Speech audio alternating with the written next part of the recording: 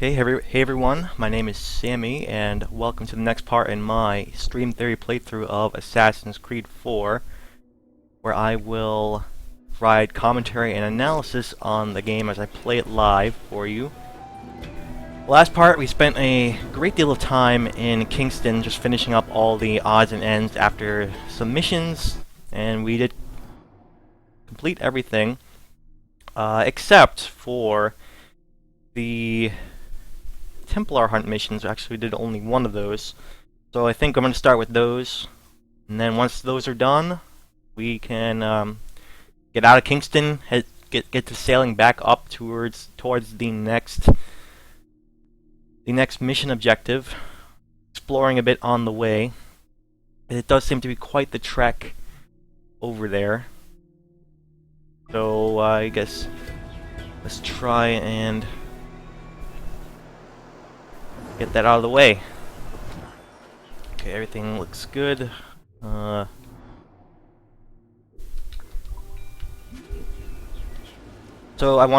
I think it's worth mentioning that on my Twitch dashboard it says that I'm being hosted by someone named Aldens.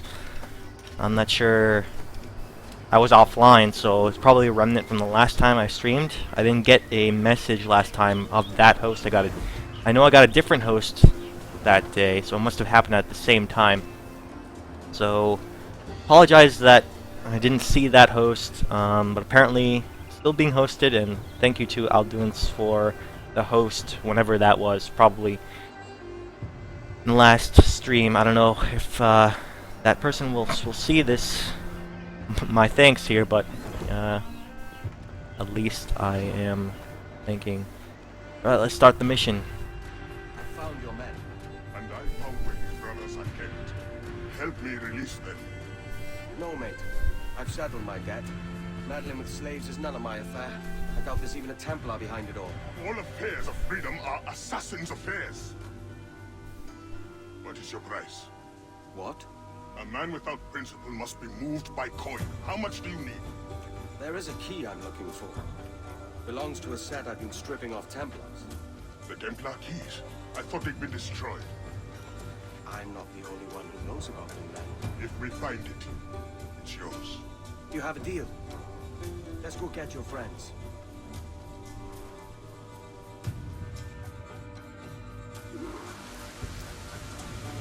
Alright, so these are slave liberation. Okay. How far away are these? Looks like the ones to my left are the closest, and then there are two more farther away. Check out. I think I've done these before. Quite a while since I completed them. Alright, so how do I want to do this?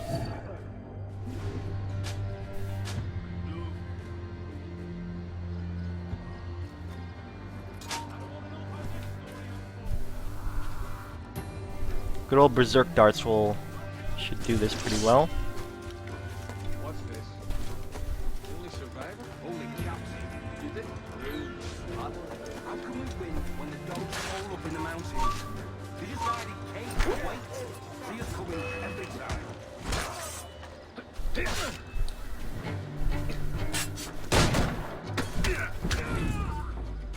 Alright. Not as stealthy as I would like, but perhaps Thank you. Hurry, to my bureau. not that bad either. For some reason, you have to take into account the unpredictability of the AI here. For some reason the AI decided to attack the farthest person possible instead of the one right next to him.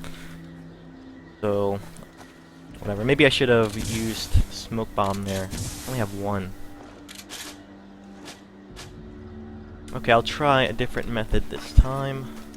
What else is there?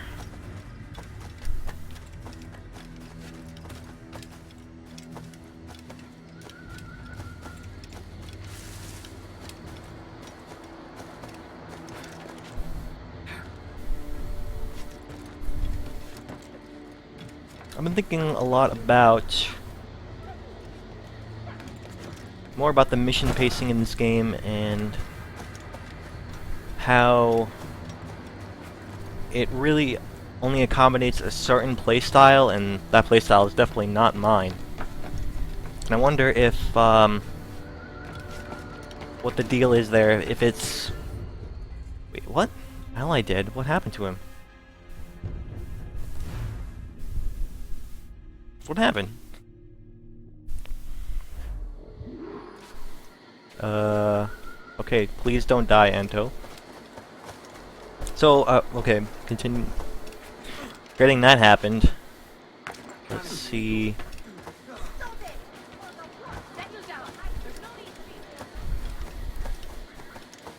For some reason that glitch made me lose my train of thought, so thank you, game.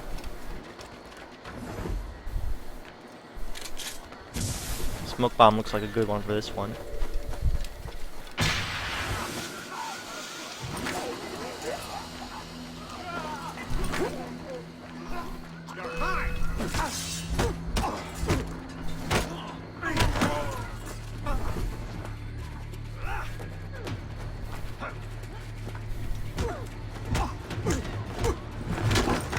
Alright, back to my train of thought, before it was derailed by Go to the bureau.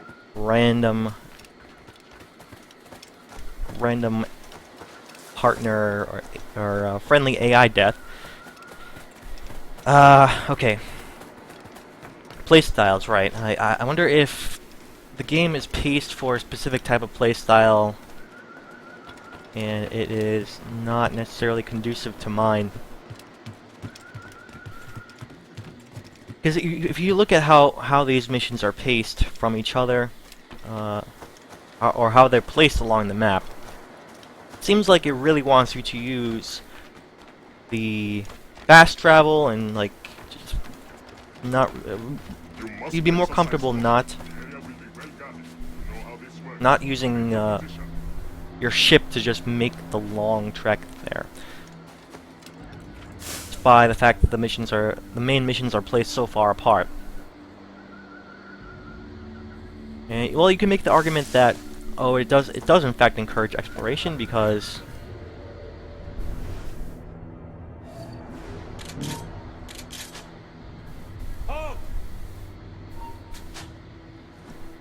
probably works. The game does encourage exploration because it would hope that you would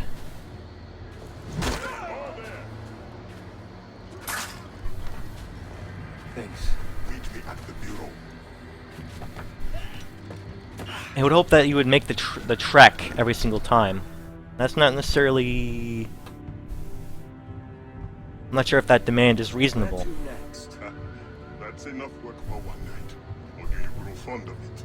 That's it. No Templar. What about the key? The Templar did not show himself. You will have your key next time. No, Antó, there is no next time.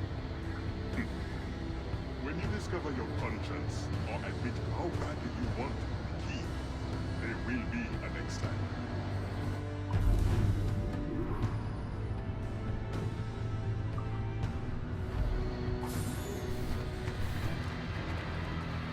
Right, so as I've seen from my last experience of making a pretty long journey between main missions, I did eventually just grow weary of doing that travel, making those pit stops along the way to complete these islands. Eventually, I just decided to skip a few islands to make the journey a little bit faster. So I wonder if this particular game and the way the main missions are placed so far apart is more conducive to a fast travel playstyle, the playstyle that doesn't do too much exploration. They just go straight to the next mission. They go right to this fast travel point, take me there. I feel like those playstyles might have a better experience. I'm not sure. There will probably be downsides in the fact that they'll have less resources to upgrade, and missions will get they'll get harder much faster. The difficulty ramp up in the missions will cause them to face a wall. I'm not sure. I haven't tried that playstyle, but it seems like as far as the pacing goes, it would seem a lot better, but I'm not sure. For as much as this game places on the overworld, I was quite surprised that they would not try to break up the experience just a little bit more reasonably, by providing more main missions in between. I think it all comes down to the story being so thin.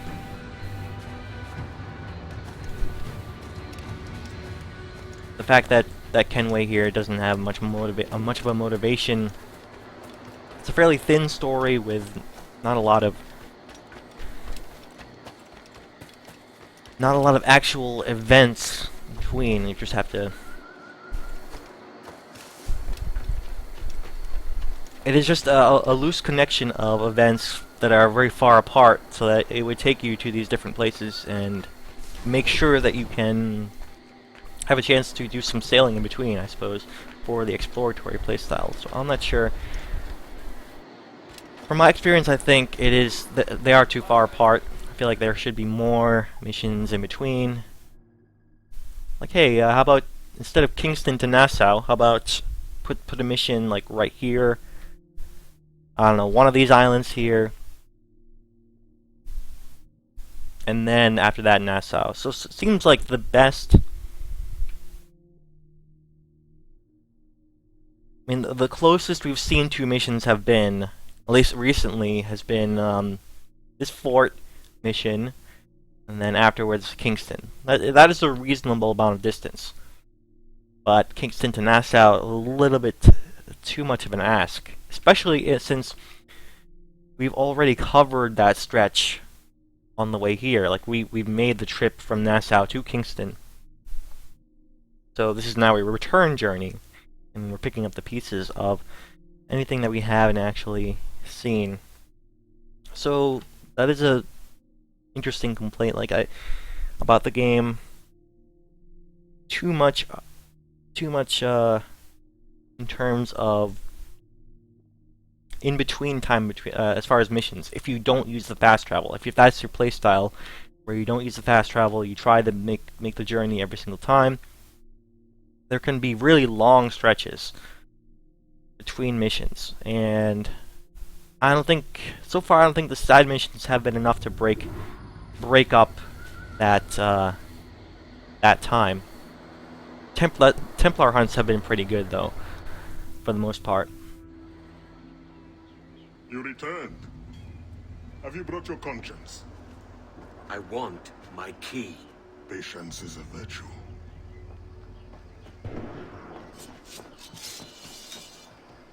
Expecting company. You may have your key sooner than you think. Help us defend the Bureau. The men we freed will help.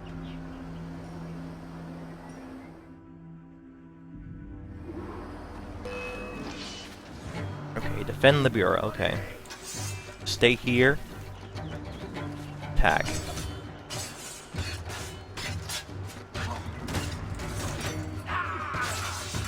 Wow, Kenway takes a long time to get out his swords.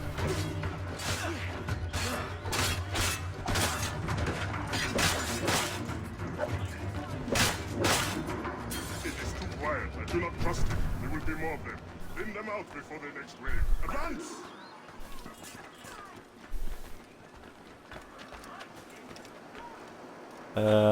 Any of these guys?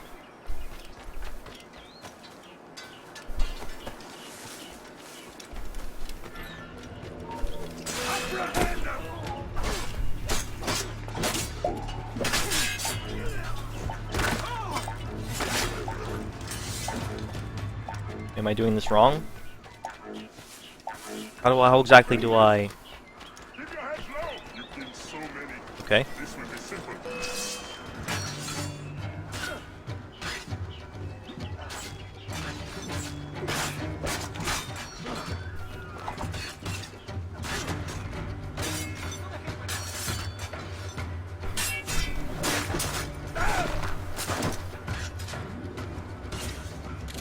Okay.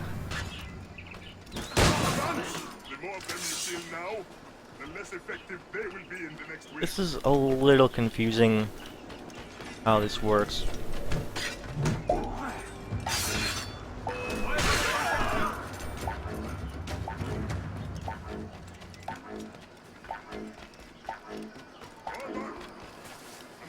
Okay, I think that means I have that much time to before the next wave comes, and it's not necessarily a deal where I have to kill them before they arrive. Okay.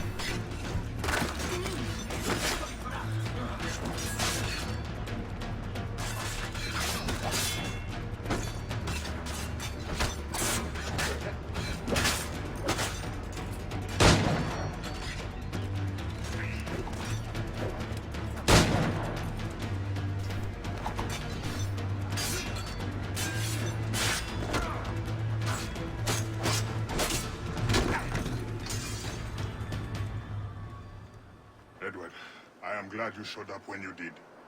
I'm sorry I have no key to give you, but... No, the key can wait. Whoever did this, I want to teach them a lesson. The Templar's name is Kenneth Abraham. He's part of an ongoing war with the Maroons.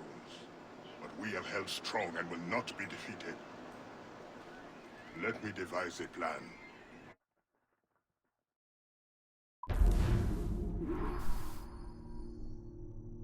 Okay, getting closer to end the mission chain here. Sort of defend the area thing isn't that exciting, as because the combat in these Assassin's Creed games has never been all that great. There have been some major improvements over the course of the series, but never really hit its stride. I feel like the most efficient has been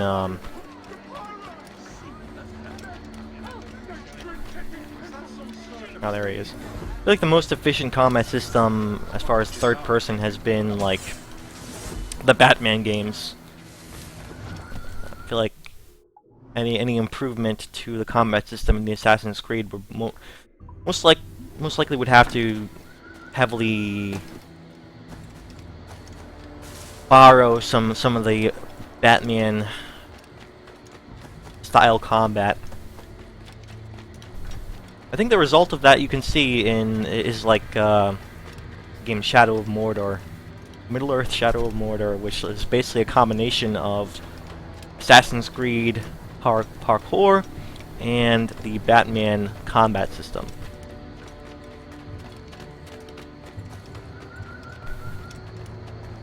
Alright, perhaps the last mission in this chain here. I have a plan, but it won't be easy. Abraham is well connected and his pockets are deep. But we have located a man in his inner circle. We will take him until he reveals our target. Let me bring him to his end.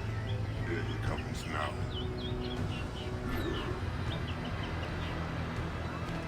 Oh boy, a tailing mission. Okay, it's going that way. And this is the second tailing mission in this chain. Kind of disappointing to see. Again, I'll reiterate that tailing missions aren't so bad, as long as they do not overuse them. The game doesn't overuse them. See two of them within this same Templar hunt mission chain with Antó here. Disappointing. I can make the argument that Assassin's Creed has begun to rely on these tailing missions a little too much as far as a mission archetype, as well as a storytelling device.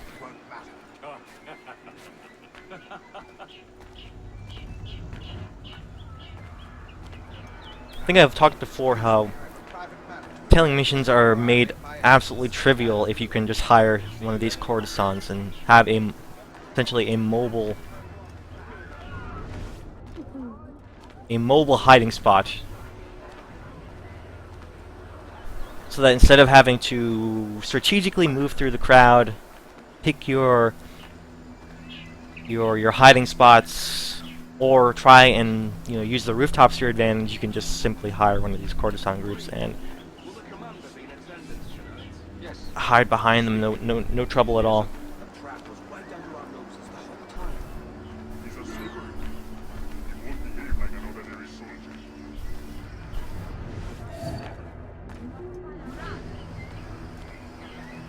Okay, so somewhere in there will be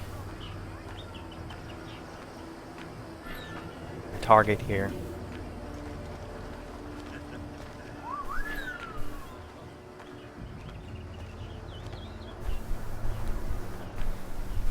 Alright, so while I'm doing this, I think I want to talk more about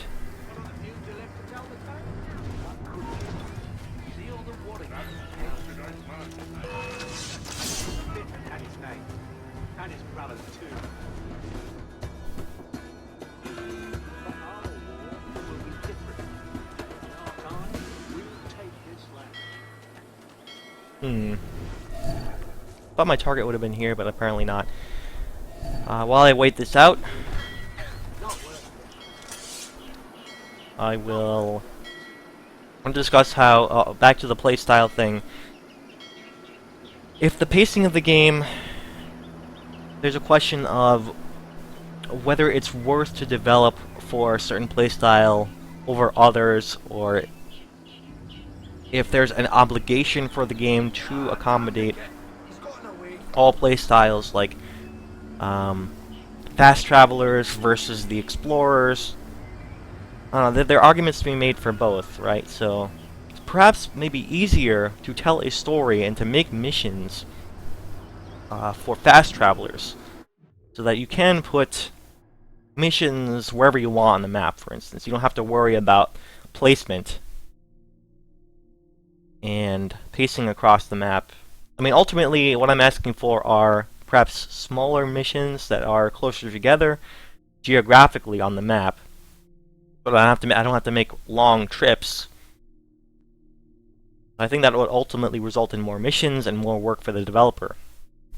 However, at the same time, it behooves them to do that, because then it ensures that I have... Let's see, let's make an escape plan here.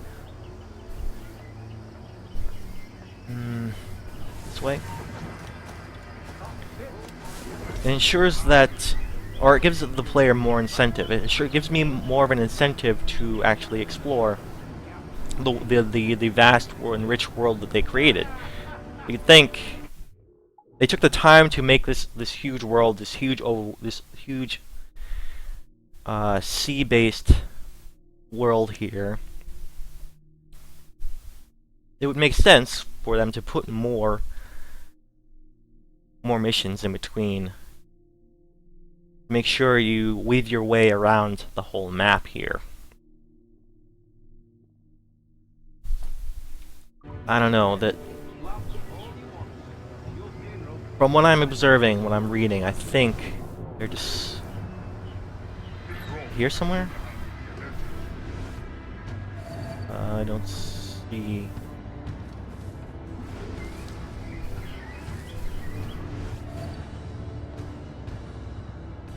It zoomed in on something, but I'm not sure what it zoomed in on.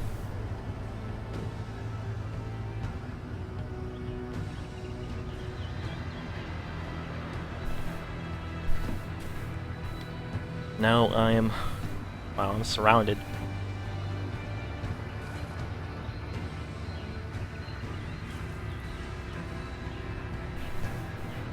So yeah, I guess back to that question, is the game obligated to accommodate all play styles, or can it accommodate one style over another?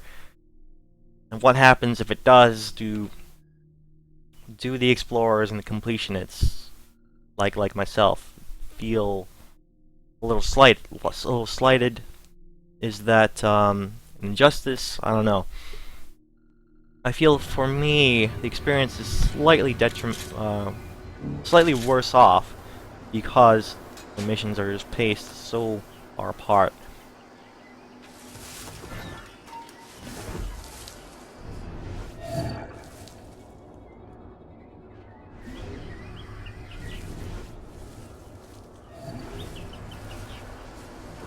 So I guess right now I'm searching through these zones, eliminating one by one. That's probably what is going on here.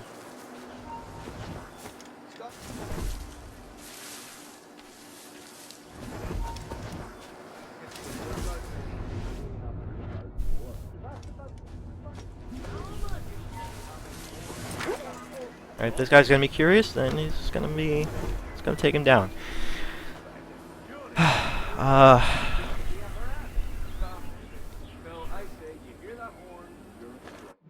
I'm not sure. Maybe I'm trying to work my way through this sort of theory here. This sort of way the pacing, the way the game's decided to pace itself. And I'm, thinking through some certain arguments. One argument I can see is that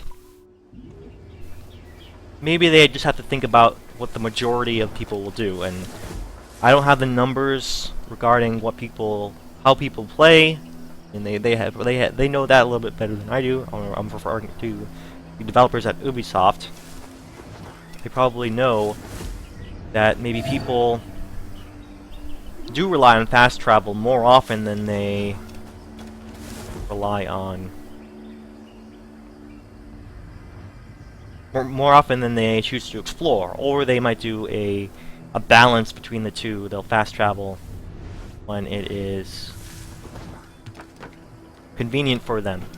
So if they do see a very long stretch between missions, then they will end up fast traveling.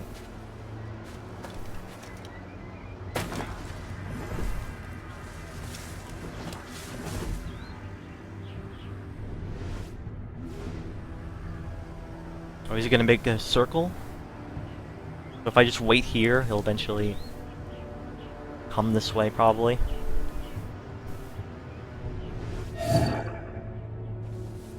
Suppose so. And if that's the case, I'm thinking that perhaps my playstyle, where I, strictly never use the fast travel, explore all the way through, no matter how long the distance. Probably in the minority, and perhaps it is unfair to expect the game to... it's not moving. Or to expect Ubisoft in the game to have that sort of...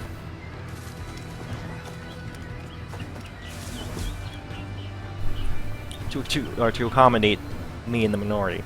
Now, of course, I'm just speculating here. I'm not entirely sure if that's the case. But, I'm not sure. Maybe that is just something that I have to consider as far as my playstyle.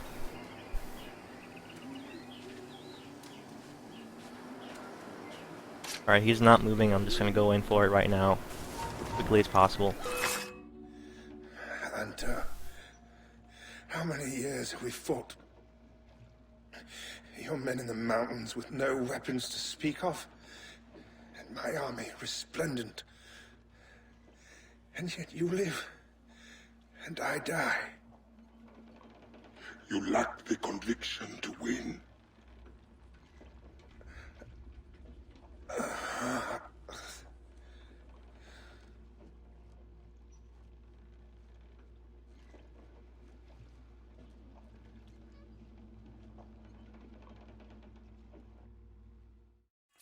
Alarm! Rouse yourselves, you dullards! Alright, let's just get the heck out of here. Not losing that back. Let's furl yourselves. Smoke bomb? Do I have one? No, I do not. Okay. Get out of here the hard way.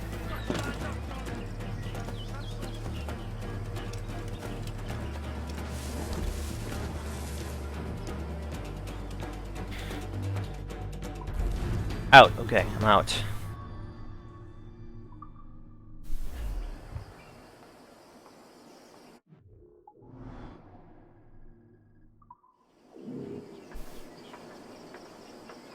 Oh, all right. that is the end of the Templar hunt, so I'm gonna be leaving. Let's head back over to the Jackdaw here.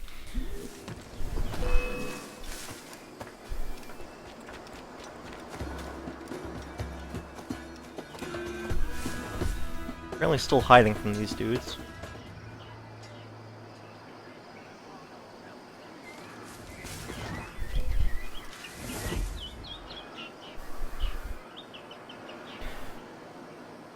Alright, so I'm thinking about it a little bit more. Perhaps as a concluding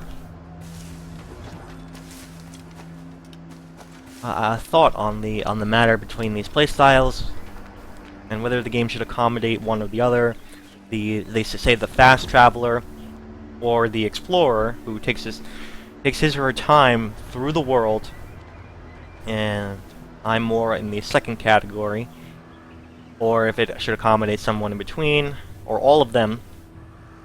My thoughts are that the game Assassin's Creed 4 seems to offer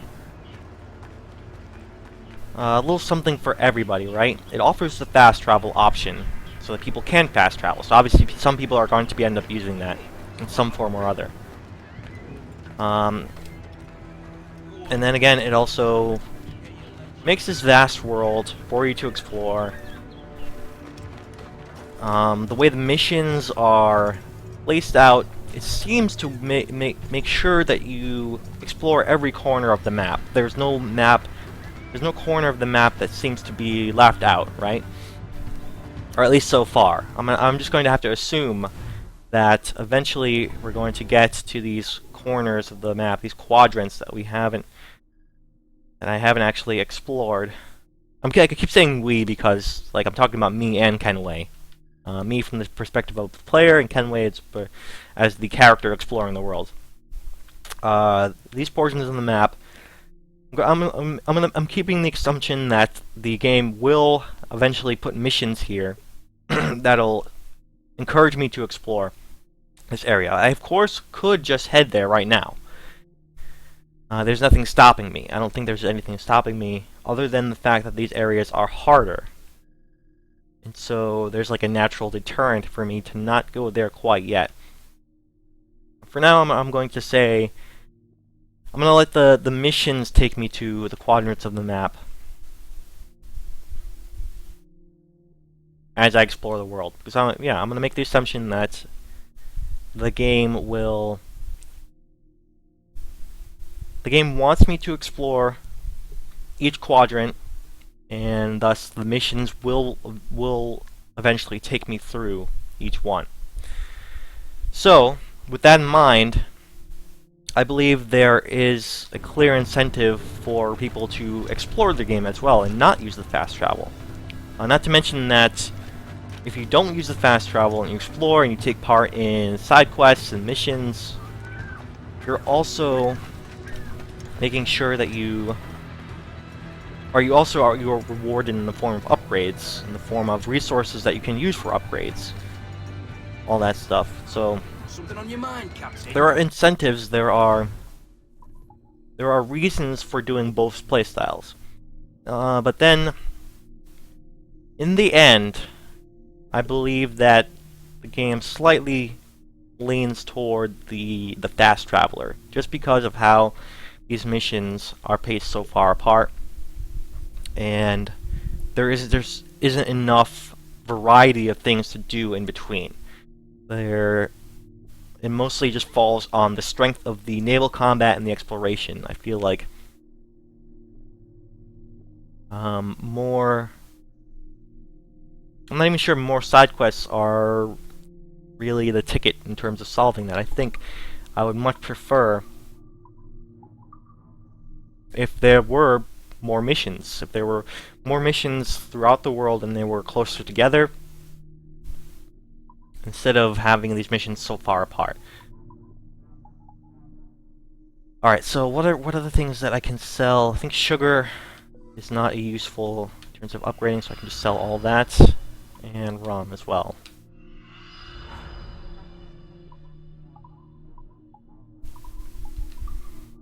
I think that for now, I'm going to conclude that me as an explorer, I feel a little bit disappointed in the game favoring the use of fast travel in some instances. I still feel like there are definitely reasons to explore, but either I feel like if I did use the fast travel, my experience would be a little bit better, just because of the way that the game is placing these missions. I feel like they are just too far apart, it takes too long to get to them, and while exploration can be rewarding and exciting for a time, in the end it just takes too long to reach the next objective. That's just my opinion. I don't know. Some people can just get lost in the exploration. They can do naval combat infinitely, and they don't need a reason. They don't need an extra reason to stay in the naval portion of the game. Just stay in the ship and just explore however they want. They are perhaps internally motivated or whatnot.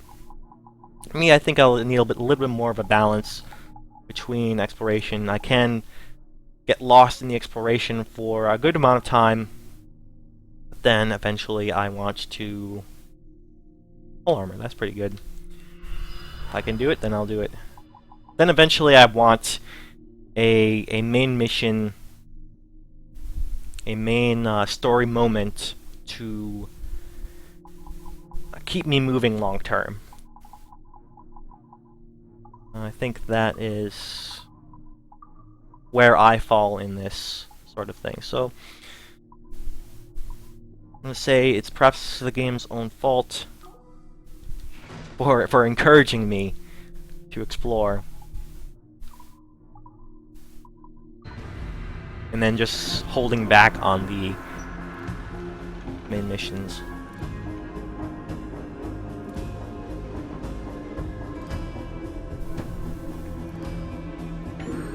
Mutually agreeable, I'm sure. Now someone else, I fully realize that someone else could come in here and say, maybe I shouldn't be so stubborn in terms of not using the fast travel. Maybe in certain instances it is entirely reasonable for me to use the fast travel. And perhaps that is the case, perhaps I am being a little too strict on that front. I don't know.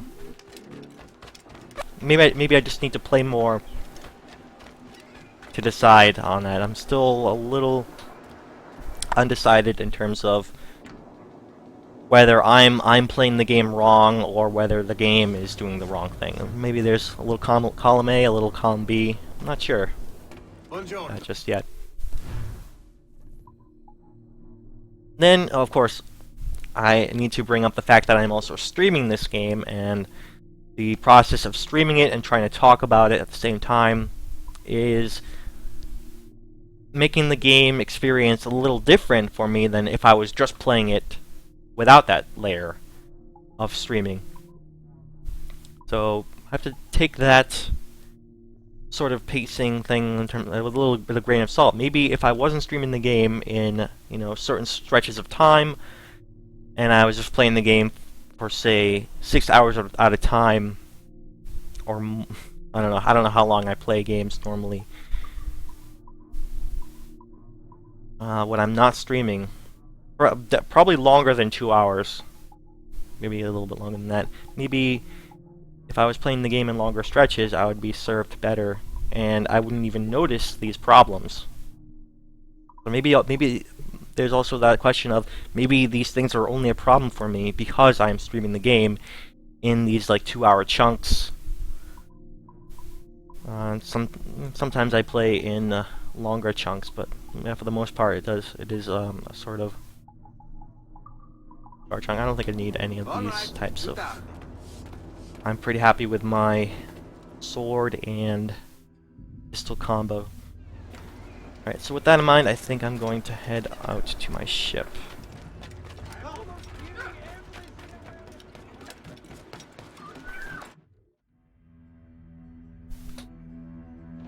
Perhaps this is something I will revisit later on in the game. Especially since, I don't know, I think I'm, according to the game, I'm 50% of the way through, halfway through, I suppose. And that number also includes all of the collectibles. So maybe if I get 75% of the way through, I can revisit this and see if there are any more weird mission placements, or if the missions get closer together. Yeah, we can revisit this stuff. Alright, so, do I want these ships? These are more ships that I captured. I'm actually running out of diamonds here, so I think I might have to give up some of these ships. Do I want to salvage a ship from the fleet, or... Let me see if there are any other ships that are worse. I think...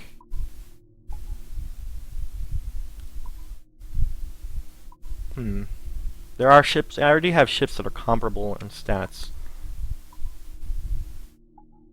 4 ships that are comparable.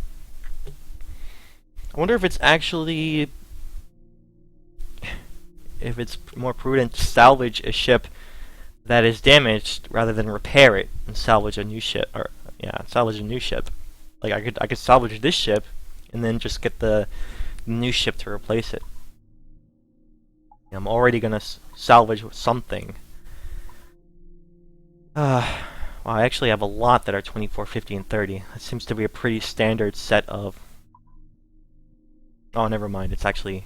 it's circling around. Cycling through. Let me try that. Telemachus here is damaged. Salvage this one. Earnings 80? Maybe it takes damage into account? Let's see. Okay, yeah, I think it does. Yeah, I think I'd rather salvage the new one and repair the old one. Okay, so... yeah, let's salvage this one. 32, 45, 40 seems to be another standard. I think I have some of those as well. I think I want to... You know, I'm going to... I have a lot of these 24, 50, 30 ships. Maybe too many of them, so I'll salvage one of them, even though it costs more, just to change up the stat variety. And I'll add this one to my fleet. Okay, 22, 54, 25.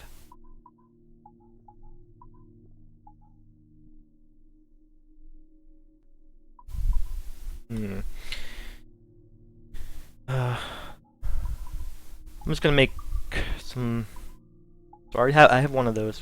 22, 54, 25. I have 2 of those types of ships.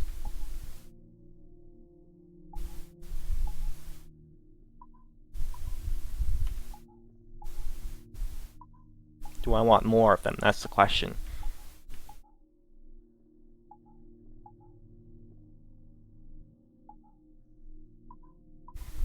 What was the ship that I was actually... Oh, I think some of my ships are still out on missions, I think. I'm going to say I have enough, so I'm going to... Okay. Tyrannus Pride. Zabra Augusta. That was one of my favorite ships because it is pretty fast. Okay, so secure more of these routes. Maybe I want to try this one.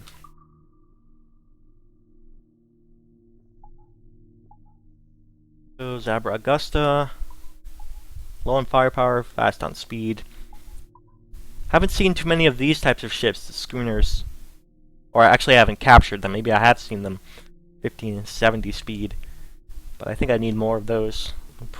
This one has been serving me very well in ship battles. So, repair this ship. Yeah, let's repair it.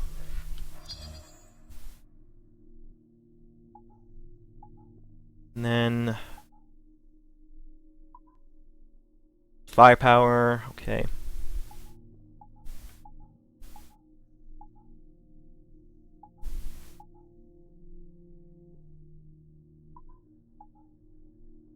That's my man of war. Okay, I think I'm gonna send that, or I can just send any of these and have pretty much the same percentage.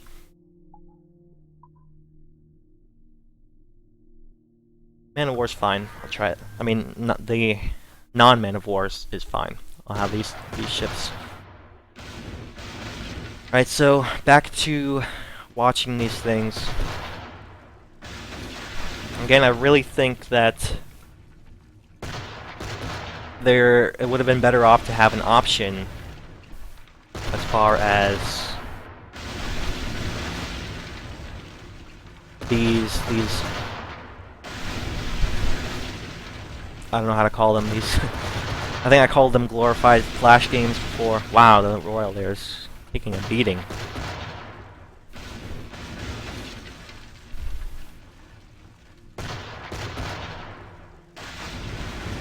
Okay, please finish off that last ship, Sabra Augusta.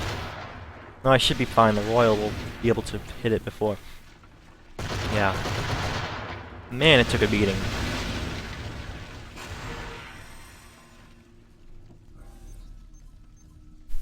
Yeah, so I think the reason why we have to watch these battles, or the reason why it seems like we have to watch the battles, is because there is a little bit of interactivity in terms of dealing with the fire barrels of the opposite team. You have to be present to be able to shoot them. And that's like, so far, the only bit of interactivity that we've seen in here. Maybe there'll be more down the line, but I think that's all we've seen so far.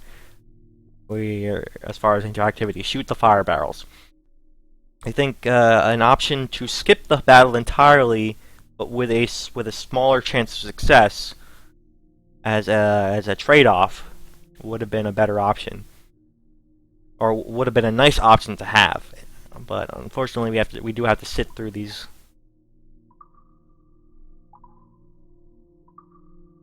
2D.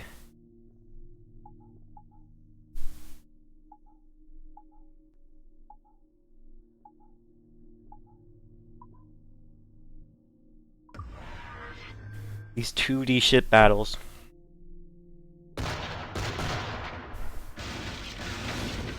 These, yeah, turn-based ship battles that we can't even...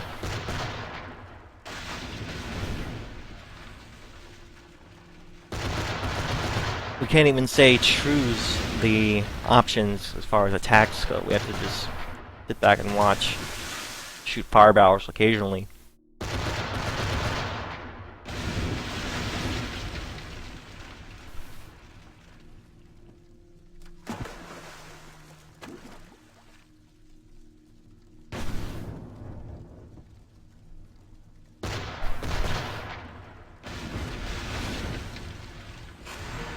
Yay!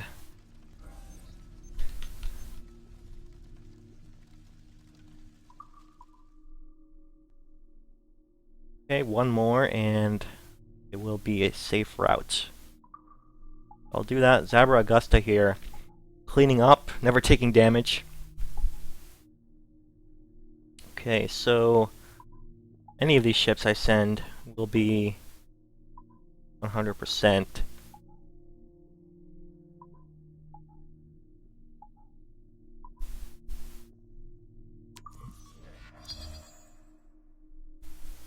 Yeah, as these ships do take a beating.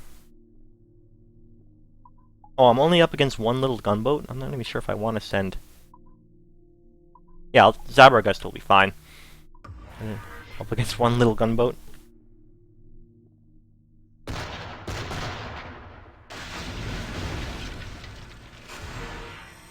Oh yeah, that's fine. So route is secured. Hopefully this one will give me some good missions here. Seem to be pretty good. 1900 and 1700. Alright, I need a lot of cargo for this one, so one of these. Okay, the experiment I'll send that one.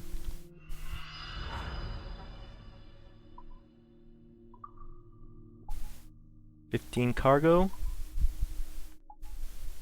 I won't send the Zabra Augusta because that is so good in combat. I want to secure some more routes here, so let's send this one.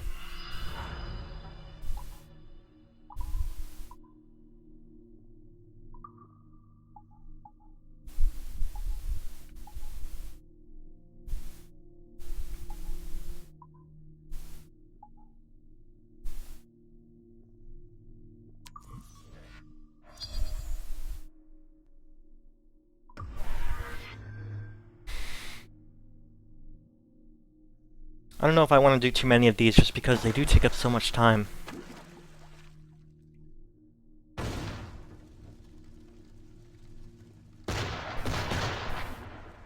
And I'm also pretty sure I've run out of things to talk about regarding these sort of cutscene, minimally interactive battles.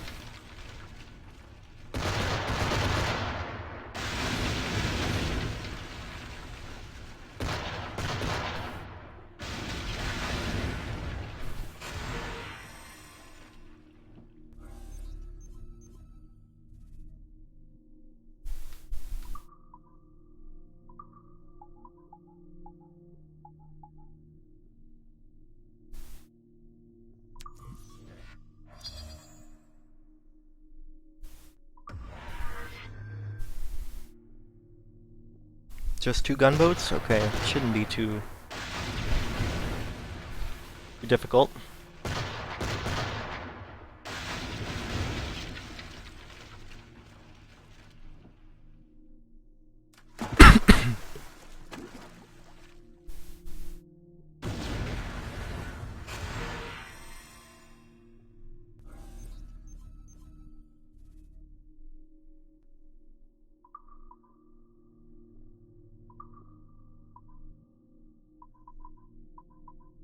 Okay, I'll do the best rewards first.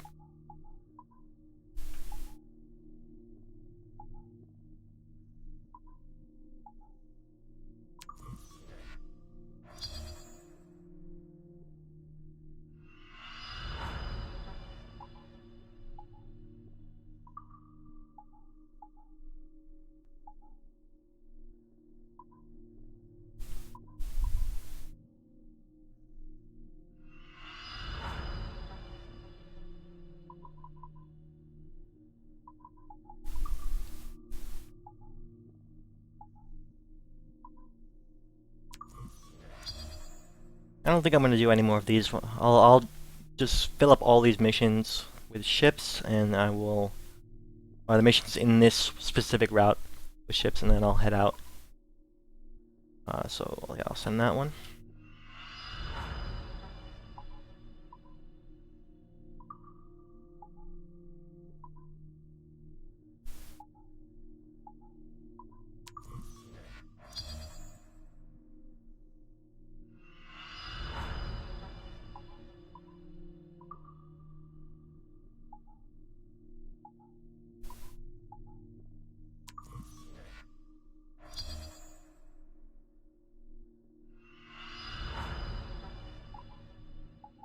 Okay, all full up there. Let's go.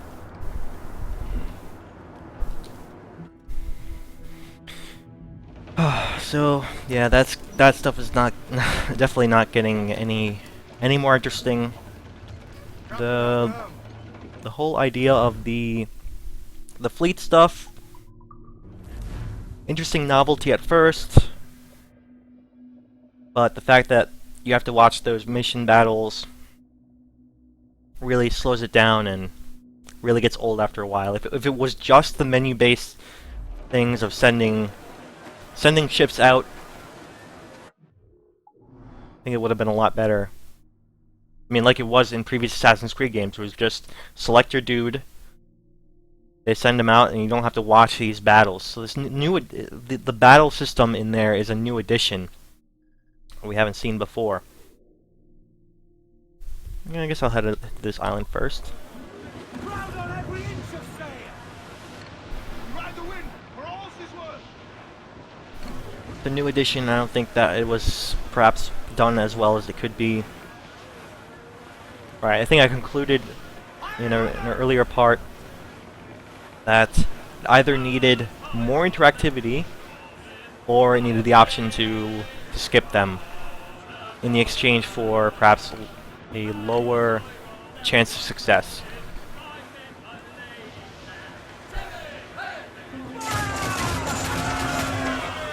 Like we did not get that.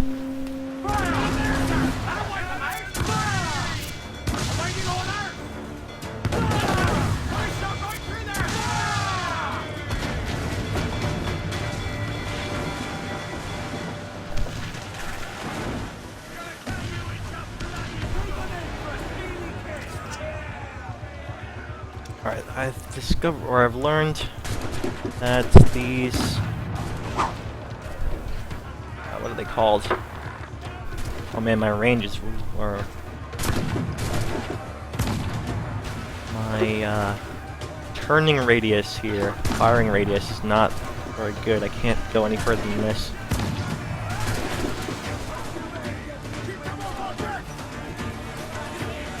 These hunter ships, at least earlier on, aren't really worth capturing, so they are mostly a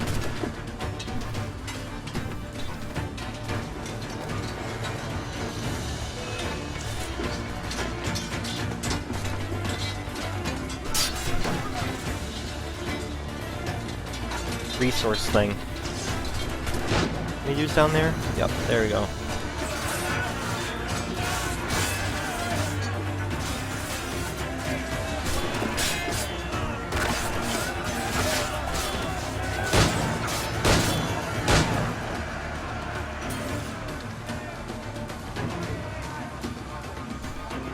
Bad, not bad. I think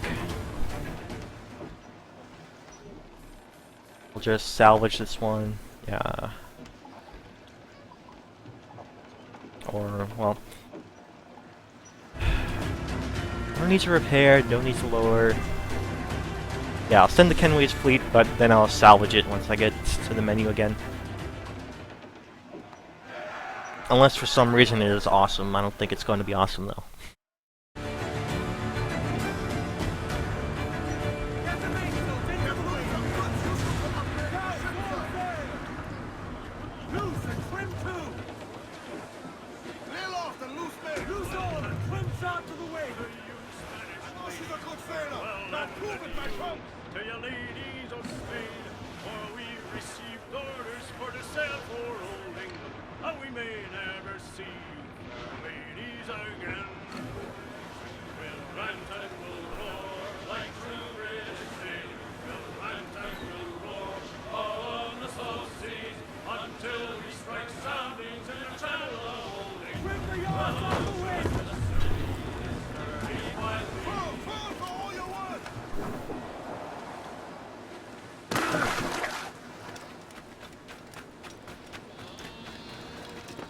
Back to good old exploration.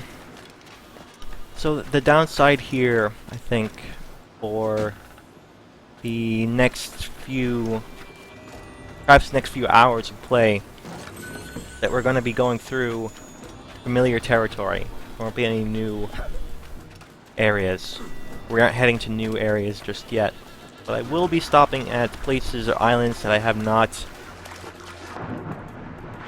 stopped on the way here. So there's that. Maybe there'll be some interesting stuff to do.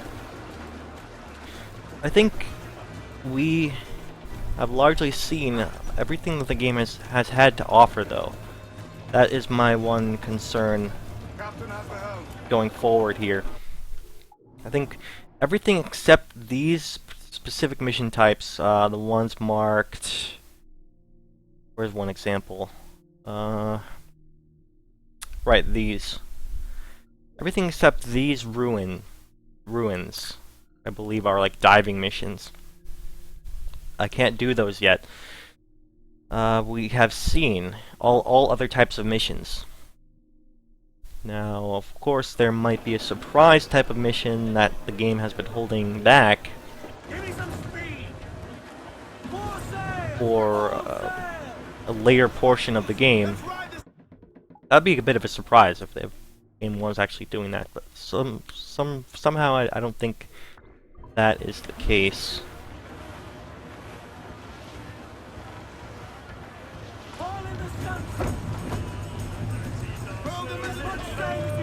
Earlier on in my playthrough, I was talking about I was still in that phase of finding the edges of the game, discovering all the things that are new about it. And in the case of a game as Assassin's Creed game that is a sequel of many other, or it's a new entry in a long-running series.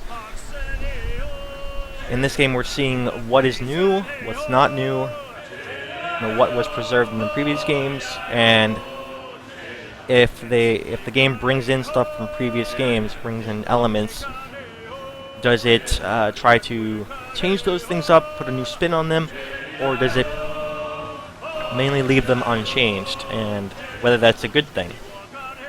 There's also the fact that there's also the what I was looking for is if the new and the old interact in interesting ways, or if they interact poorly with each other. I think I've been answering that question along the way pretty well. I don't know if I can sum up those things. I try, probably just point to only a few things at a time. Like, the whole focus on, one example is the whole focus on the naval stuff means that the city environments, the stuff that was largely what the previous Assassin's Creed games were about exploring city stuff, land stuff. Those feel worse by comparison because the clear focus of this game is on the ship combat, the ship exploration, the naval, and the sea-based overworld. That's one way in which this game, Assassin's Creed 4, has both the land and the sea stuff, and I feel like they are not working together in a way that is beneficial. Like, it's clear that the game's focus is on the sea-based stuff. It's a pirate game called Pirate Life in the Sea. And the elements of the game on land and cities that have been brought in from previous Assassin's Creed games just aren't a focus. And they are clearly, or to me, they feel worse off. They feel, by comparison to being on the sea, not as interesting, not as fun to do. And I can show the entire last part of my playthrough as an example of that. Just me getting weary of being in Kingston. And I'm not saying that that style of city-based Assassin's Creed play is necessarily bad or inherently bad, but I'm saying in this game particularly, because it is not a focus, I think those areas are just not up to snuff. Other games have done that better. Just look to Assassin's Creed 2, Assassin's Creed Brotherhood. I feel like the city environments there are very well done, and I could play those again and have no problem with those games, the way they handle the experience in the city.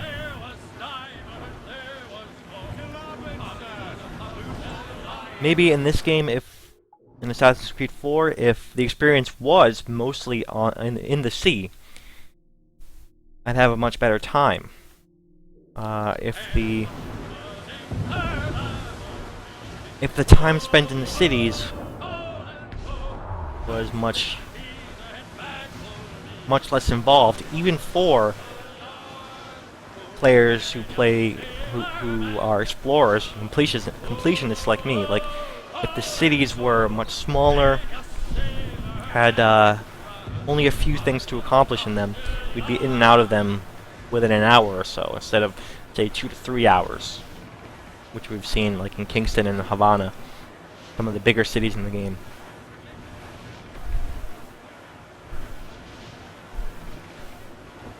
So as far as the series evolving from a parkour city-based sort of experience into a naval, this naval offshoot, this pirate offshoot, I would say this game and to some extent Assassin's Creed 3 are good examples of perhaps some growing pains. It isn't perfect in that regard. There isn't a perfect balance. In trying to do both, I feel like the city experience definitely suffers. And the naval experience is definitely where I feel most comfortable playing. Have the most fun. The ship combat is still interesting. Larboard, Captain. Some sort of cargo there, sir. Perhaps one solution is to go all in on the naval stuff and just have maybe some city stuff for story reasons, some island-based locations where you can go on land for story reasons, but keep them really small. Keep them the size of maybe no larger than Nassau is in this game, and avoid the larger cities. That way we are, if the game focused more on the sea-based stuff, we could have more mission types, more side quests on the sea, and the whole experience here would be even better than it is.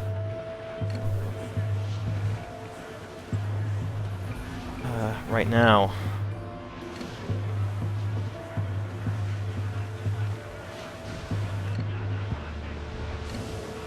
definitely want to do some ship combat along the way, because I want to remember I want to build up my wanted level.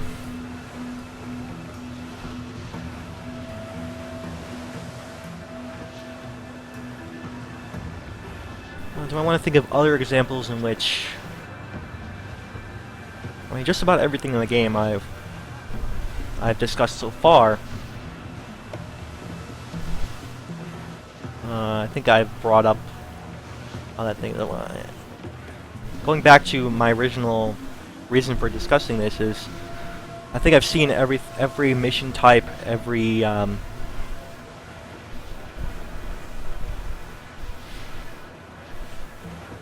sort of experience that the game has to offer. The only thing I haven't seen yet are specific locations, parts of the map.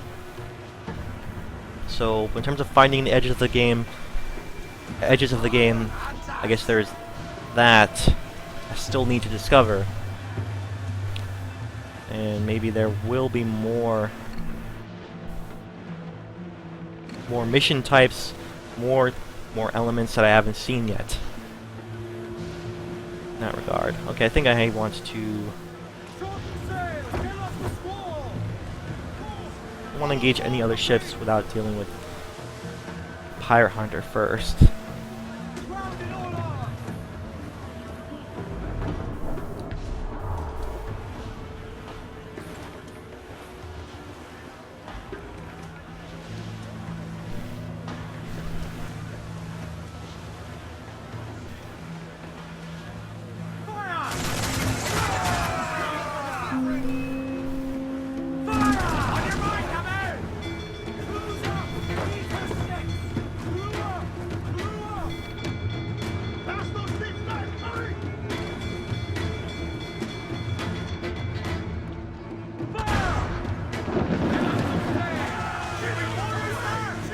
Dang, the mortar really cleaned up there.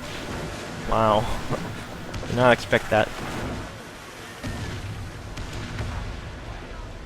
I'll try to think of any more examples of what I'm talking about there. Examples of elements of the game brought in. I mean, the obvious new thing in the game has to be the naval stuff. So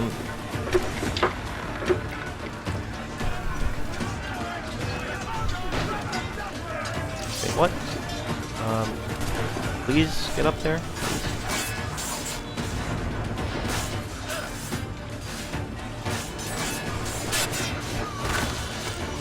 I've already said that stuff is really good. Let's see. I think I've discussed before many times how the parkour, which used to be a staple of Assassin's Creed games, or traditionally in the Assassin's Creed games, parkour is at the heart. It is the main thing you do. It makes sense because in city environments, you need a quick and efficient way of exploring those areas. Parkour, platforming was that way.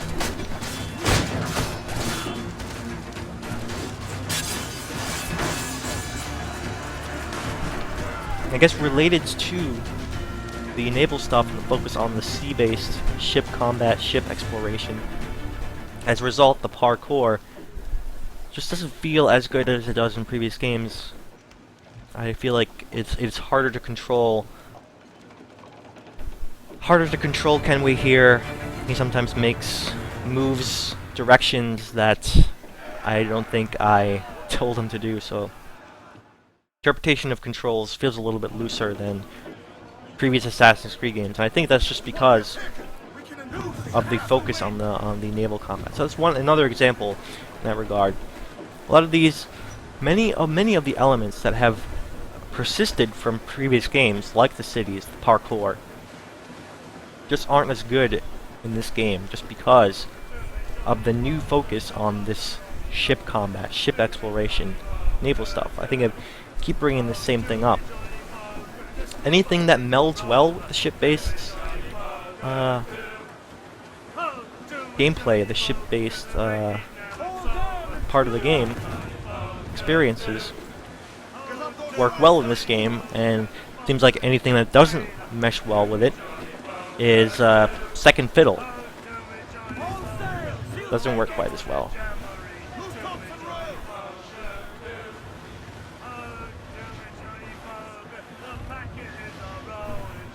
When we're on a ship, there's very little reason to do some parkour. There has been some examples, some decent parts of the parkour I've used in terms of boarding, like me using when I go directly towards the grappling hook on my mast to make a quick jump up the higher portions, and then I can make an assassination kill from the mast of the enemy ship. I guess that's one example of a positive use of the exploration, or positive new use of the parkour. I mean, the platforming parkour that has melded well with this new ship-based combat boarding system. There is at least one positive example. Beyond that, there isn't any real reason to use the parkour out at sea. It is mostly a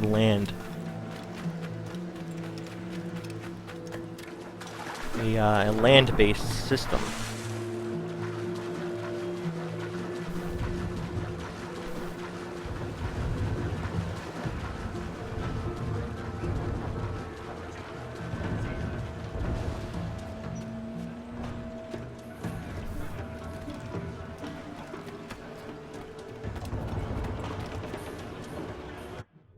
So I suppose that is the one conclusion I can bring from my experience so far is anything that melds well with the ship-based gameplay, the pirate life that has been brought in from previous games will work well. Anything that doesn't work well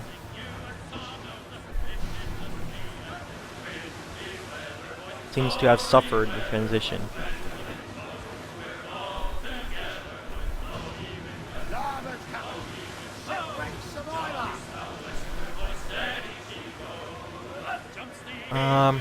See, the one new thing that I remember, there might be more that I discussed in previous episodes, previous parts of my playthrough, but the one that comes to mind is that new addition to the fleet system, having to sit through the combat. That's the one. That's a negative regarding a new type of element to the game that I've experienced. For the most part, anything besides that, I want to say, new elements have been fairly positive. I don't think I remember seeing any new aspects added that weren't in previous Assassin's Creed games that I would call bad decisions, or I found to be poor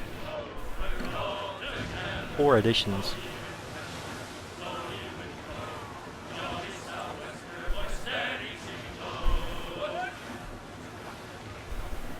See, hunting and crafting systems have been greatly improved from previous Assassin's Creed games. I discussed that before. Glad to see that stuff. Those elements have been improved. I think I'm just gonna pick out these ships, raise my... Missed. Ready to spin, sir! Down they go! Down to the tree! Raise my wanted level a bit.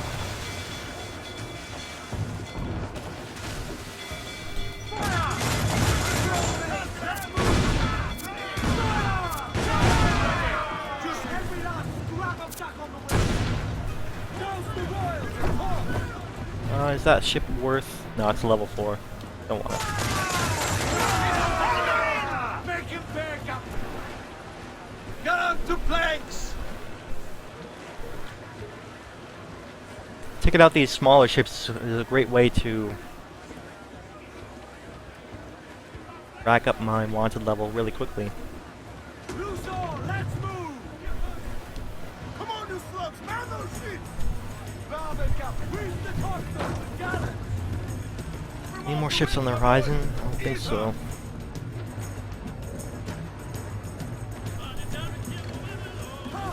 Yeah, let's check out our hideout here. I think there's some more stuff to explore that I've left.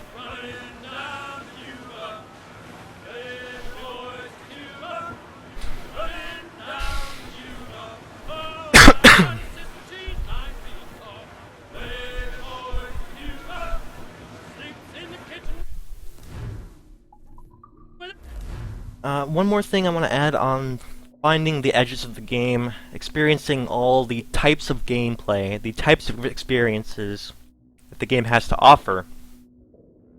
I want to say it's not necessarily a checklist of, okay, the game offers this. Alright, looks like the definitely still has that glitch where the ship, at least in the harbor, or at least in your hideout, rises up from the sea.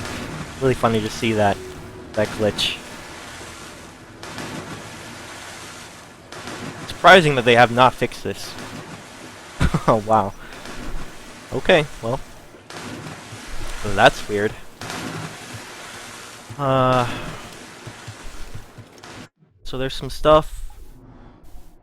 Okay, there's a map here. There is some random stuff on the island I can still get. I suppose I'll spend some time picking those things up. So what I mean by that, it's not what I mean by finding the edges of the game, it's not necessarily a checklist of the game offers these things, these gameplay types, these experiences, and I have experienced these things. I've experienced all of it. I would say it's more of a feeling, like in my head, I have a good idea of what the game's all about. There's very little left for me to discover. I'm no longer in a discovery phase. I am in a completion phase, I suppose. I'm finishing up rest of the game. How do I get this? Okay, I think I have to get up here somehow. Aha.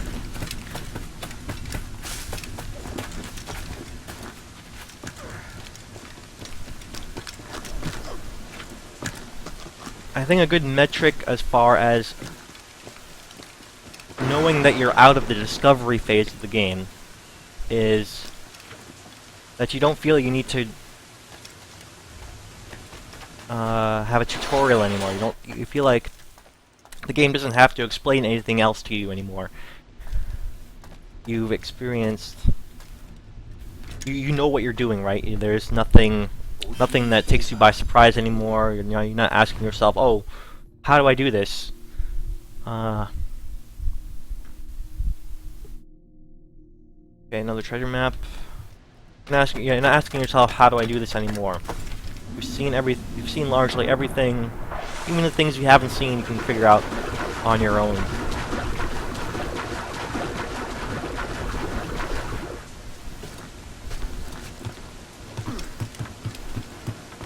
Alright, what's next? Do I want to invest more in my hideout here, buy some of these things? Cove upgrade? It depends on how expensive they are.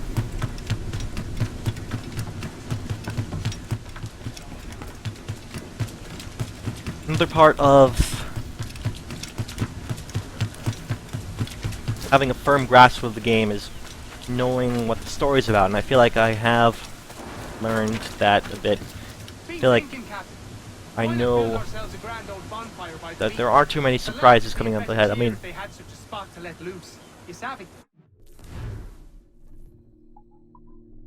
there might be some story-based twists to come up. I'm sure there might be in terms of that, but I mean, like, there aren't. I know who the characters are. I know who the agents of change in the story are, and I know the basic trajectory and the goal of the story. Like, I'm not still finding that stuff out anymore.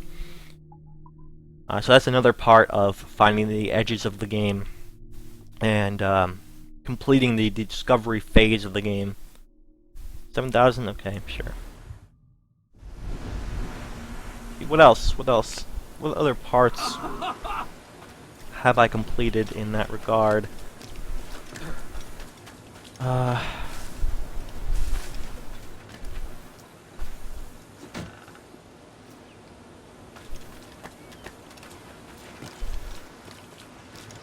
It's like just general awareness of what the game has to offer. Like, even I've seen enough, say, cities in the game to have a good expectation of what types of cities that the game has to offer. Like, I know the limits of how big they can be. I know the general size of the overworld, things like that. I have a firm grasp of just about everything in the game at this point. There is no, like... I remember back in Havana, for instance, I was like, oh, I didn't know how big this city could be. I was basing my knowledge of the cities in Assassin's Creed based on previous games, and previous Assassin's Creed games cities environments have been much larger than Havana. So now that I know the full extent of that city size, like, I know what to expect going forward. With, the type of game this is, where its focuses lies, where it places importance on what it offers. It's like a general feeling in those types of regards. I can't really point to any one thing. Dissatisfied that there are no women of comfort here. I know just where to find them, but we need to build them a home. To say definitively, like, I have a grasp on the game now. It just sort of happened in, say, the last several parts in my playthrough. In one of those parts, like, I eventually got that grasp, slowly but surely. 15,000, a little steep, but I guess I'll put more money into this homestead area. One aspect where I don't know what the game has to offer is this hideout thing, because I haven't really explored it to some extent. So I guess there's still some areas of the game that I have not quite yet had a grasp on. And this is one example. The hideout is investing in the homestead here. Is that even worth doing? What do I get out of it? Because these are still questions I have in regards to the game, and the game Assassin's Creed 4 hasn't yet answered those questions. But I guess there are some parts of the game I have yet to discover. But I say overall, I know what I'm in for as far as the rest of the game here. Alright, so if I remember correctly, this island was fairly linear, so there's only one way to return back.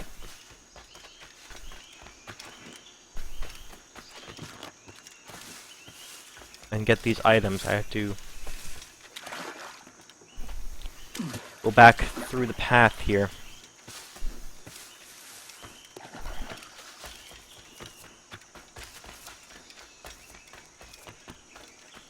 Huh, nice little hidden alcove here.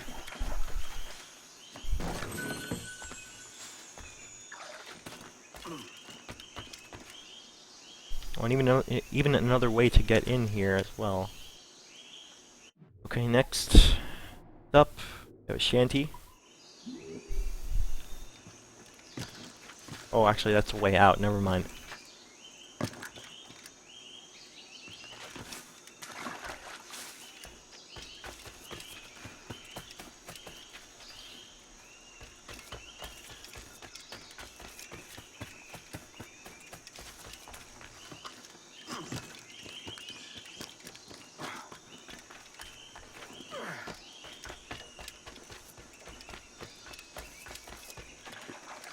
Huh, I wonder how I could have missed that. How I didn't notice that before.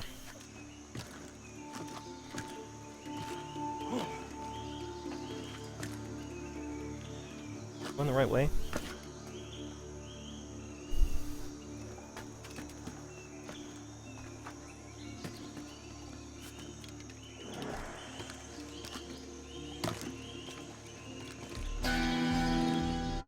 Next up, I have 2 treasure chests here.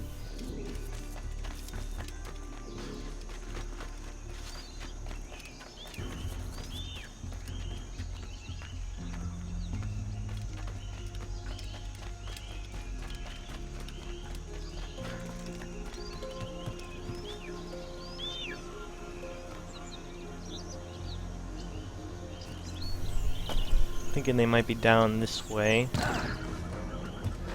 Along the beach, I suppose.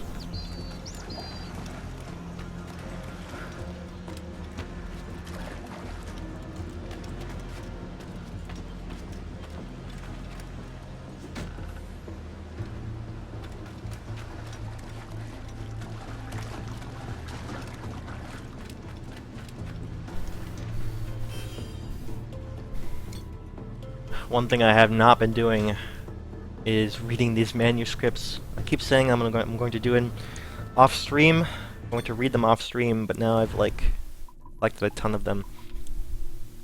I think it won't take too long to read them, but it'll take too long for the stream. That's my only point. So one of these days I will remember to fire up the game off stream and then check out all of these manuscripts. I know a little bit more about the backstory.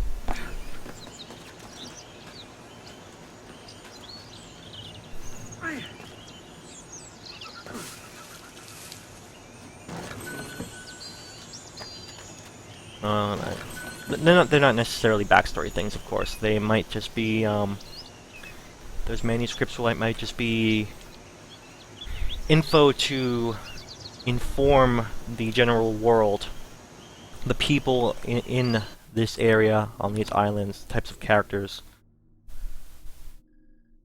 There's one apparently over here. Oh, that's in the house. That is the final armor thing that I have to unlock. Right. Okay, so this one, around this way.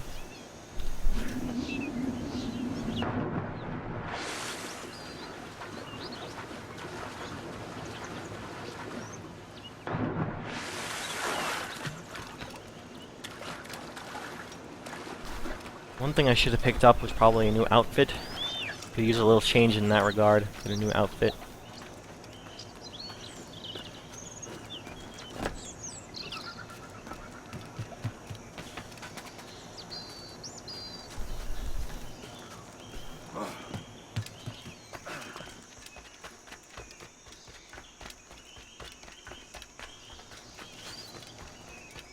Okay, where is it? This way?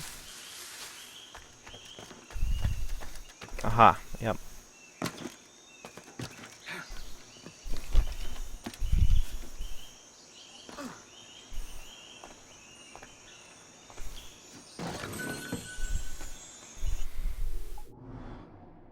We'll use this rowboat to get back a little bit quicker than traveling all the way back through the forest.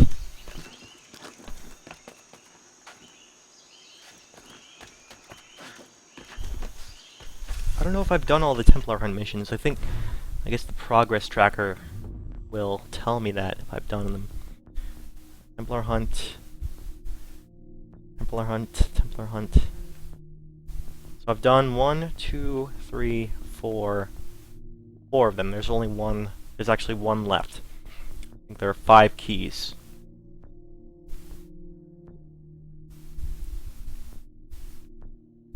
If I'm correct, then yeah, there's still one more left. Actually, you know what? I had a key originally, right? So I think that means I had 1 key. There are 5 keys total. Am I right in that, or were there 6 of those locks total? I guess I'm gonna find out. Let me go check that locked door there.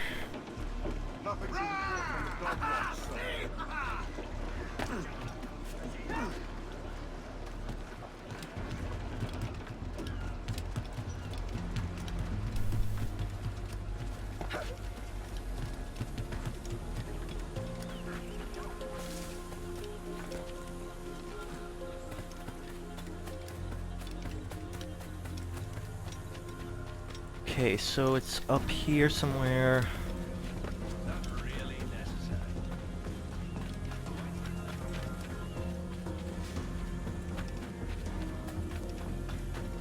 Oh, there's a new upgrade thing as well.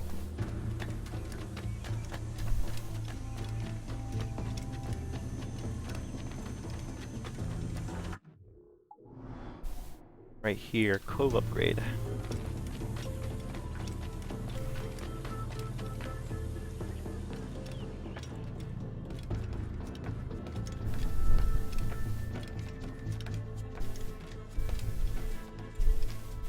Doesn't quite feel like home. For 6,000, renovate the manor's facade. Okay, can do that.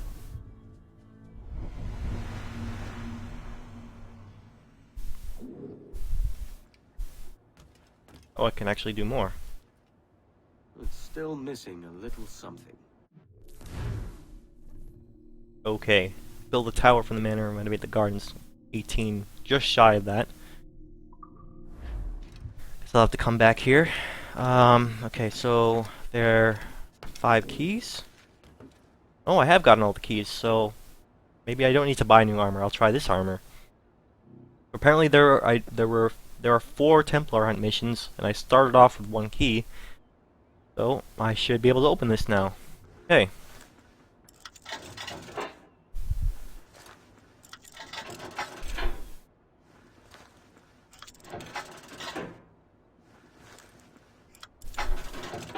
I wonder if this particular armor is going to be the best armor in the game. There's going to be no reason to get any other armor. Templar armor. Okay. Increase resistance to enemy attacks.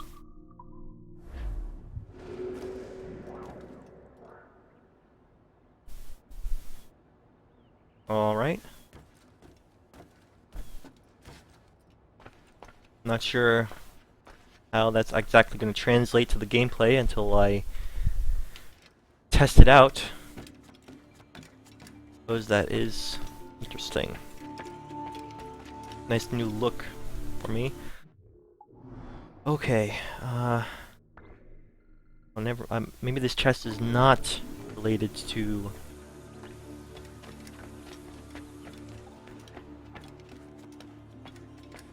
Templar armor then.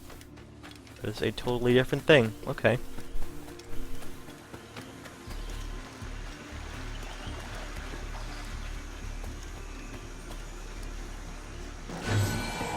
Ah, nice. Completed the map now.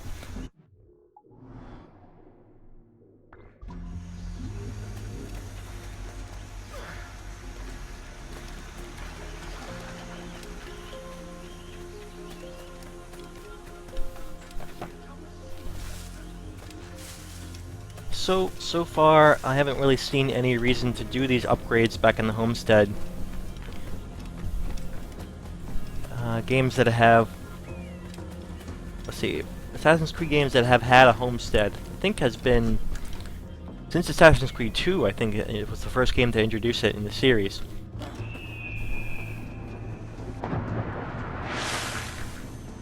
There was a very clear benefit in terms of either monetary reward or exclusive upgrades that you could get through investing in your homestead, your hideout, whatever it was called in those games.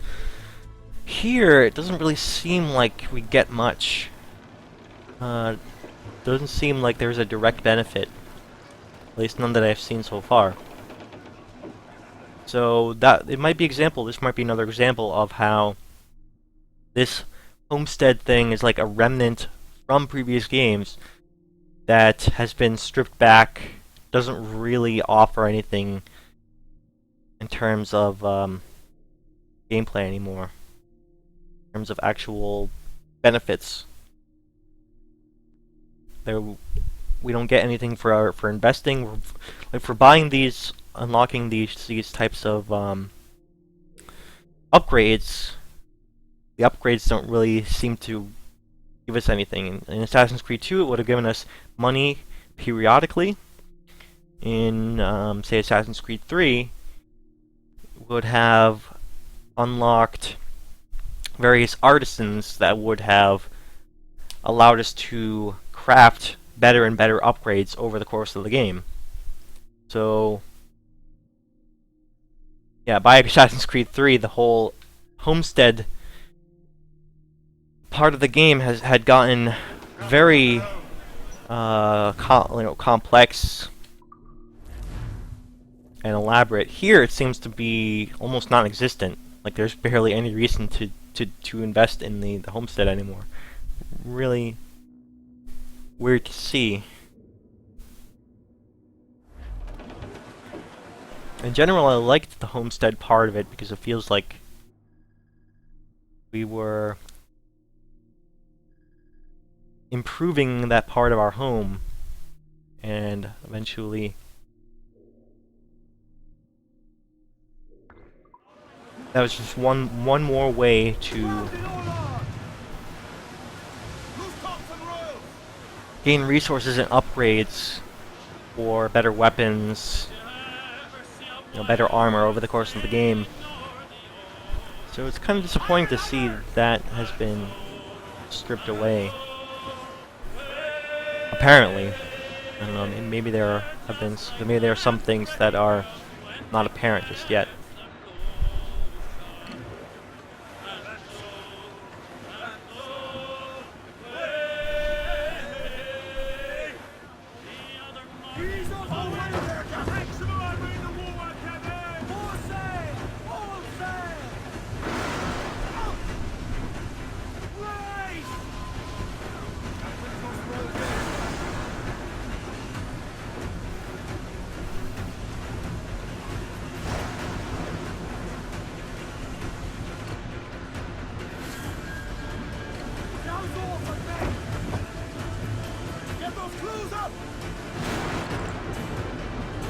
Let's mess with some of these level 4 schooners.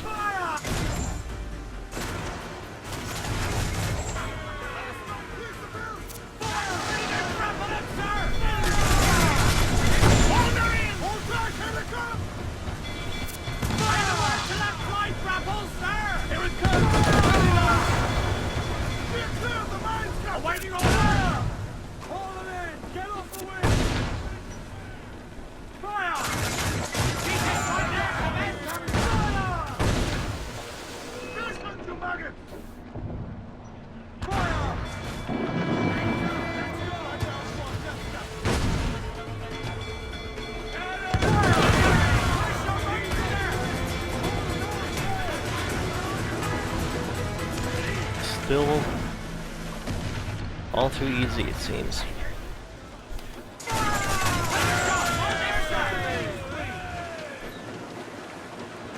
Alright, I'm gonna turn around. I'll board it, but I'll turn around first. I want to collect some of this loot. All sail! She'll take it! Topsails, gallants! Loose and trim! Reef the topsails and gallants! Hold down and loose mainsails! And roll mains! Let's move! All sail! Grab it on! Douse the royals and tops! Ease the main, muzzle the gallants! Bring them in, me truck!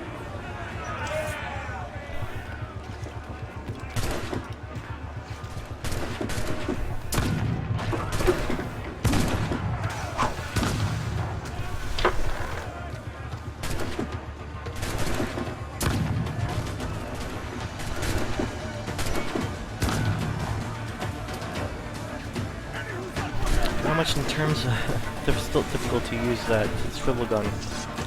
These odd angles.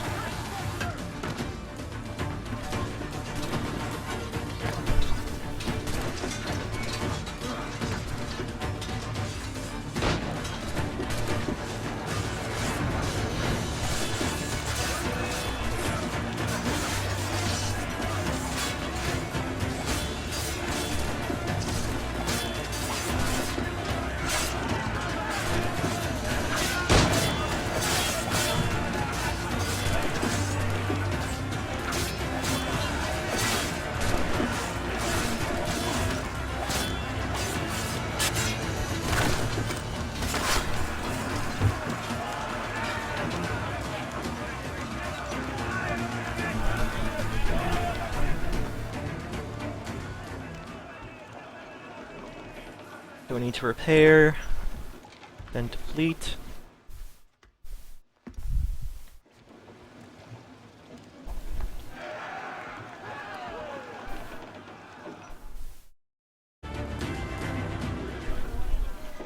Get the mainsails into the wind! We now have the materials required to make the ship stronger, sir!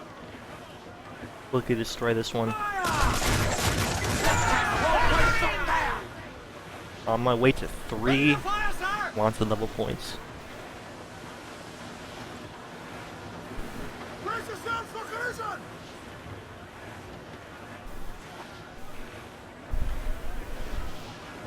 Douse the gallants and boys!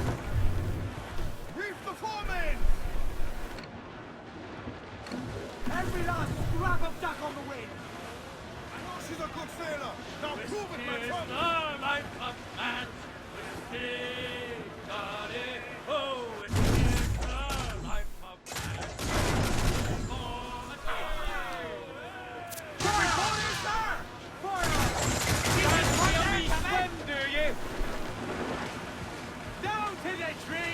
We're making to hit him, sir!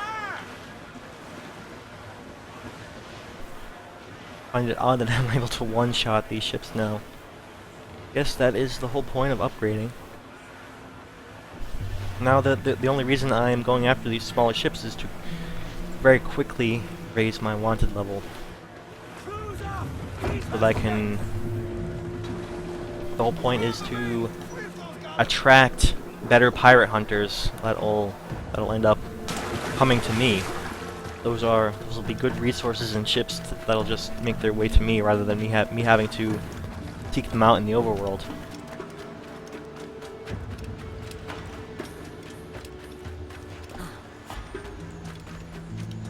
I guess that is one other element that I haven't really discussed or pointed out before, is that I've discussed that the wanted level is really an interesting part of the game, but as a new addition, as a new twist on the wanted level,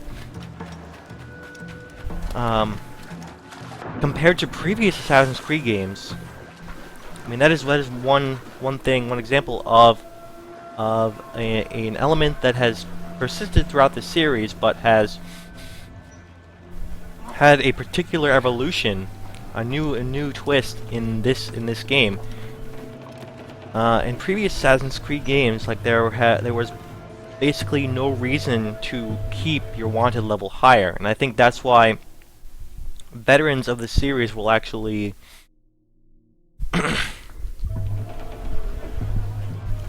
see that at first and then end up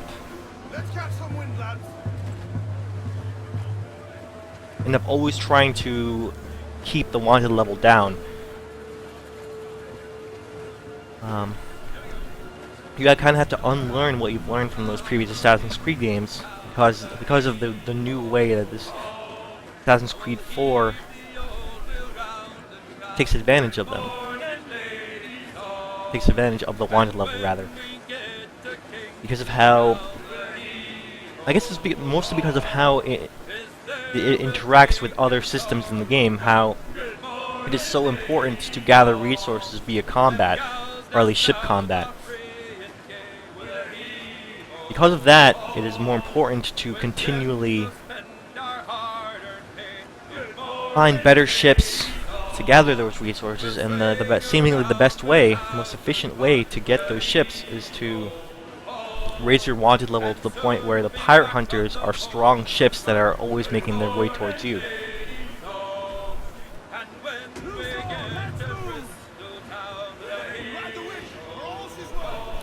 So, in terms of that specific combination of elements of the game, have made it so that the wanted level is something that you want to keep in this game, so that you can much more quickly gather those resources. Whereas in previous games, always something that you want to get rid of as fast as possible. Really interesting to see how that changed. Really interesting to see that change happen in the series. Maybe if the series had done something similar with the combat before, gathering resources from, say, regular people enemies.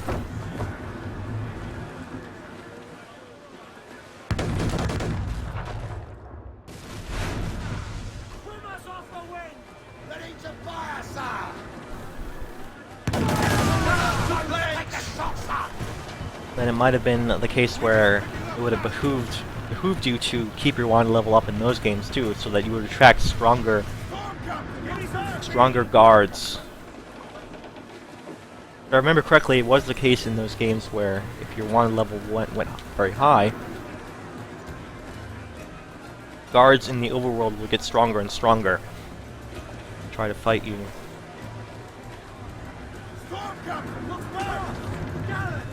That was definitely more of a punishment rather than an opportunity to gather resources like it is in this game.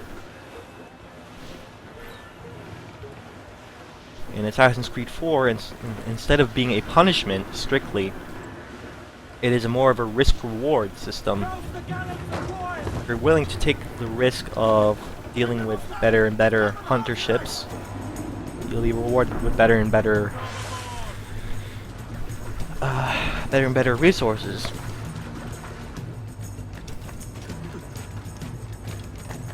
And the downside of that is if you die even once out in the sea, you lose all your wanted level and you're back to square one.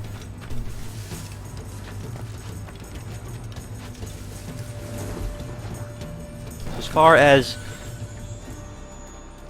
twists on old elements of Assassin's Creed 4, I'd say that one's probably the best example I can offer. Wanted level being a really interesting risk-reward system.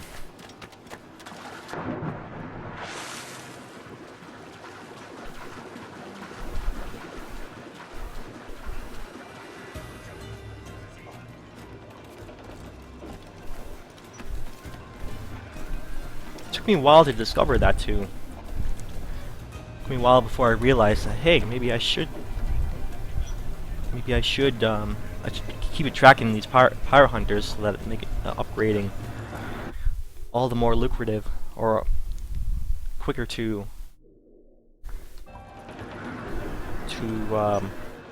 make my way through. Hands up, let's go!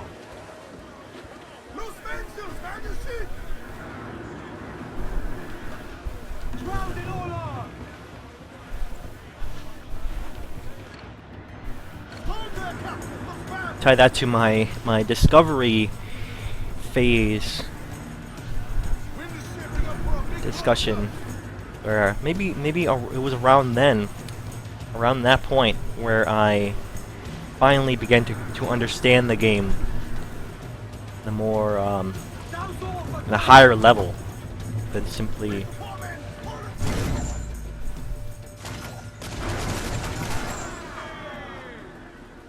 than a simpler introductory level.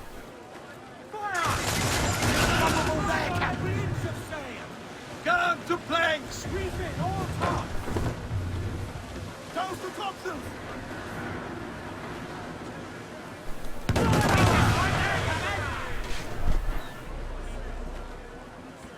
Here come the other. Alright, we got, oh boy, that's, Brig and. What is that? I don't even know. Not really showing up. That looks tougher than before. Where's that ship?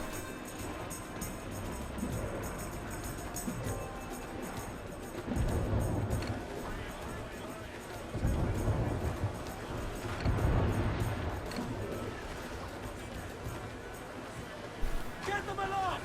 Down sword sail! Follow ship! Cruise down! Catch some wind! I think I'll stay away from this ship right now. I already have. These pirate hunters look.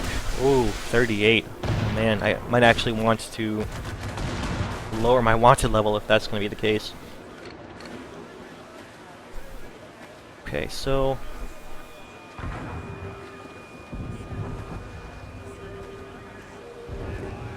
I might as well pick a place where I can do this battle.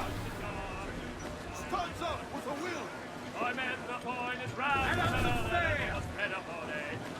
Get on that main sheet! Trim to! As sail as you can! Ease off the wind! Fire!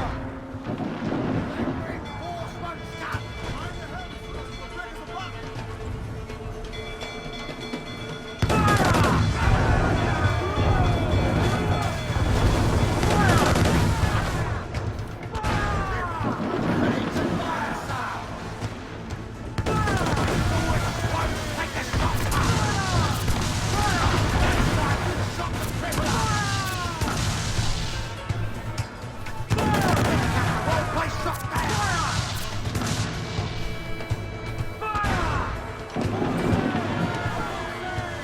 Make short work of this tough ship here.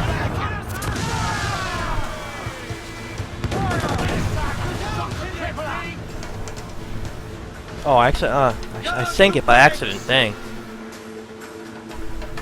That might have been a good ship to add to my fleet. Oh well. There'll be more where that came from.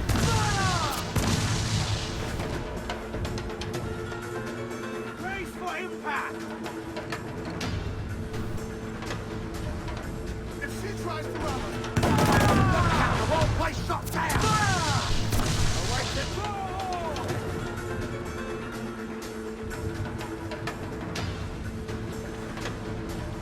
Stands up! Let's get moving! Keep us safe distance and use the motor armor!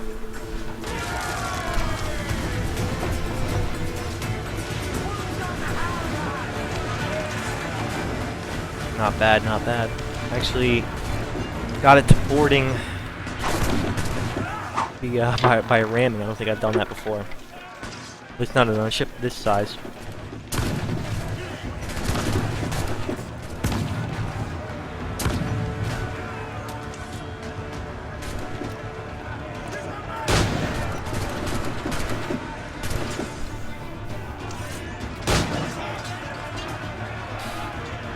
Alright. Kind of want to see more level 38 chips. Make sure I can try and capture one this time. I don't think I need to repair. Should be able to get that back. That health should naturally return over time.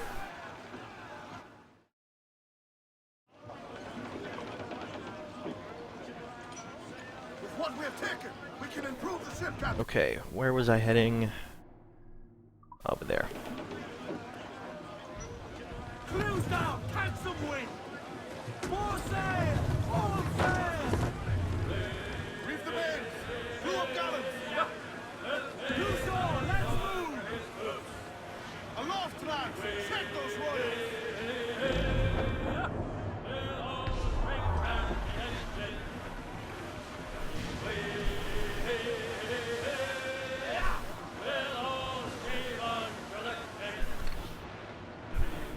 Pen mortars, okay. Not bad.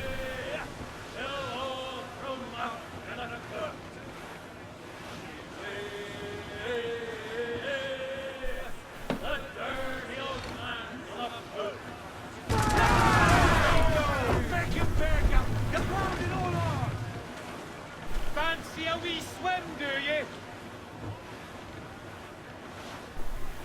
I'm gonna do a quick sound check. Hopefully I can hear.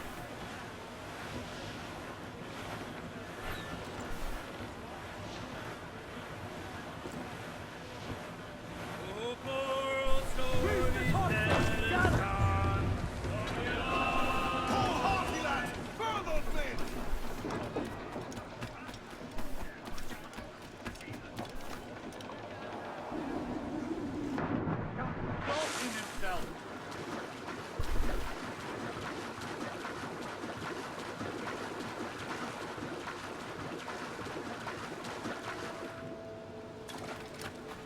You know, if there was one thing I had to say was a negative part of exploring the sea overworld, the sea-based overworld, it's probably these little islands that have just one thing on them. Those things seem to be the one place of just filler, busy work. Maybe even exploiting explorers and or completionists to the point where trying to pad the experience, add a little bit more time. Probably those seem to be the cheapest part of just exploring the overworld here. So yeah, if there was just one thing I'd have to point out in terms of exploring, one negative, it's these little islands that just add. Okay, do I want to... I think I'm heading straight here. There doesn't seem to be a real reason to pit stops over here. I think I'll just head to the next mission. It's actually time to end the stream anyway. As much sail as you can. Crowd on all the sail we have. For some reason, the wind always seems to be against me. I don't know why. The whole trip here, the wind has been against me.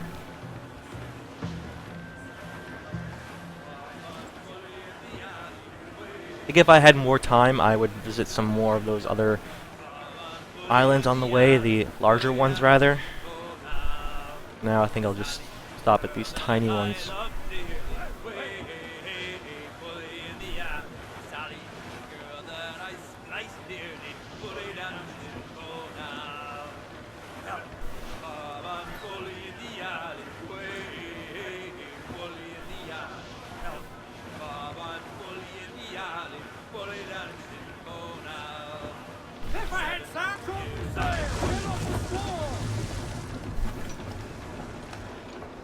I tried to turn, but turns out there was more land there than I thought.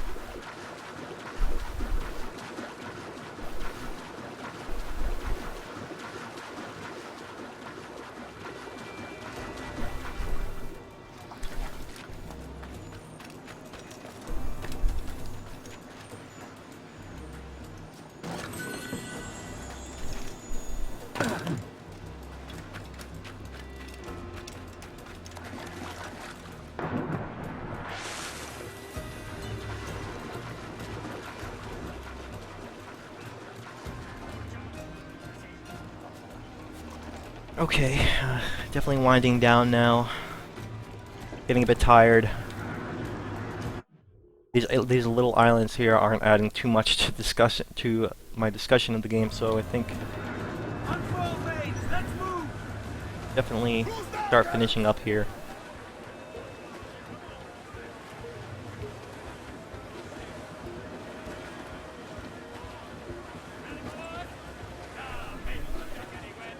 So far, the wind has always picked the perfect way to go opposite direction, the direction that I want to go, making the whole sailing experience even slower.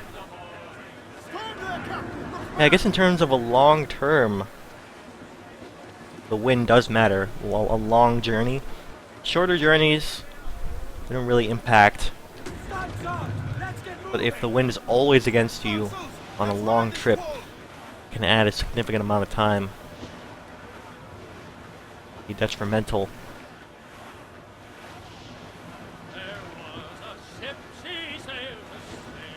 Alright, there we go. Finally caught a break there. Finally had the wind at our back.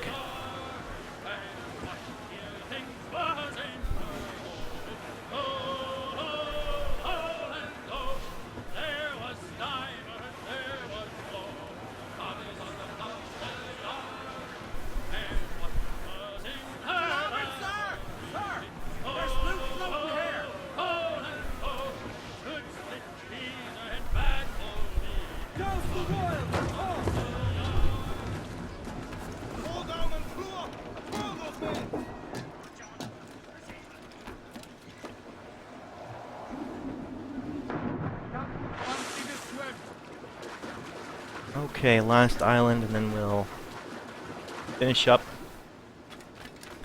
Get ready for a mission in the next part. I thought it would actually take longer to reach there, but like I said before, I think I've said this, the upside of heading back in the direction that we came is that most of the islands we've already explored, so the trip will take much less time.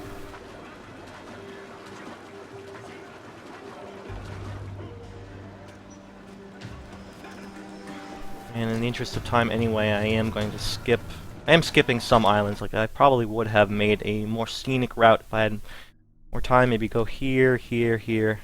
Like, make a longer route over to Nassau. But I think that I'll still have a chance to get to these islands later on.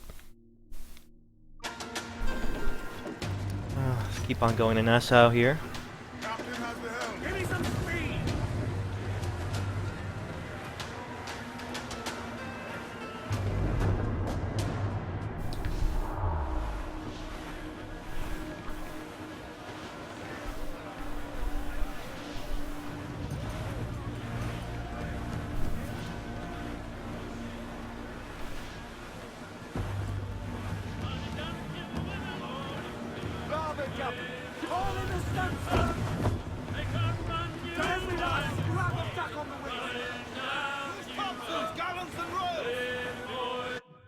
Is there an opening here?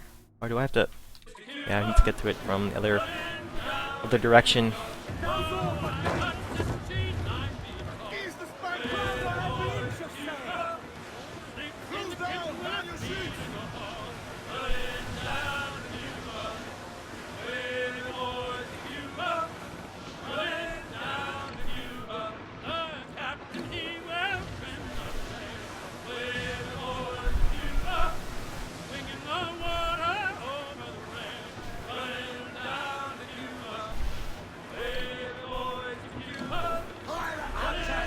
Aha, more pirate hunters.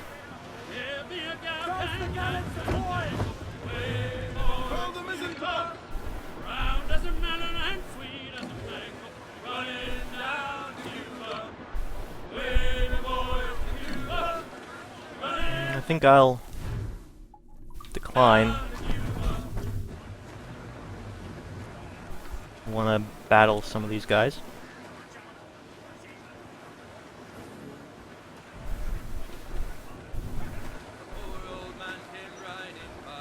Well, you know what? Okay, it looks like their locations are randomized every time we do this. So I'm gonna go ahead and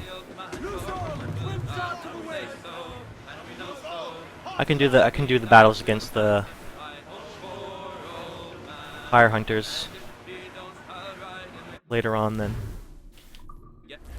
And I leave Nassau, so wind down the stream now. If you want to watch the archives of my playthrough up until this part, you can go ahead and go to my YouTube channel, which is youtube.com/YamsterSam. You can also follow me on Twitter at YamsterSam. And if you, of course, want to watch live and interact with me, you can follow me on Twitch. Username YamsterSam. Another? A rum flip this time. And where'd I find fresh eggs in this wretched town? We'll just finish up and Little then else but end the piss stream and right here. insects. Aye, we're working on that. Dear lady, what do they call you? And when they're sober, a jilt when they're sauced, but never lady. Well, good lad. Oh, no. Bag of shite! Do you hear me? It's a bag of bloody shite! It's a ruse to keep us off before they attack Nassau. You'll see, mark me. It's no ruse, Fiend. I heard it straight from the mouth of a greasy Bermudan captain. There's a pardon on offer for any pirate that wants it. Ruse or no, I think it's plain the British may return to Nassau, with arms, no doubt. We'll need a plan. Walk with us, Kenway. There's trouble brewing.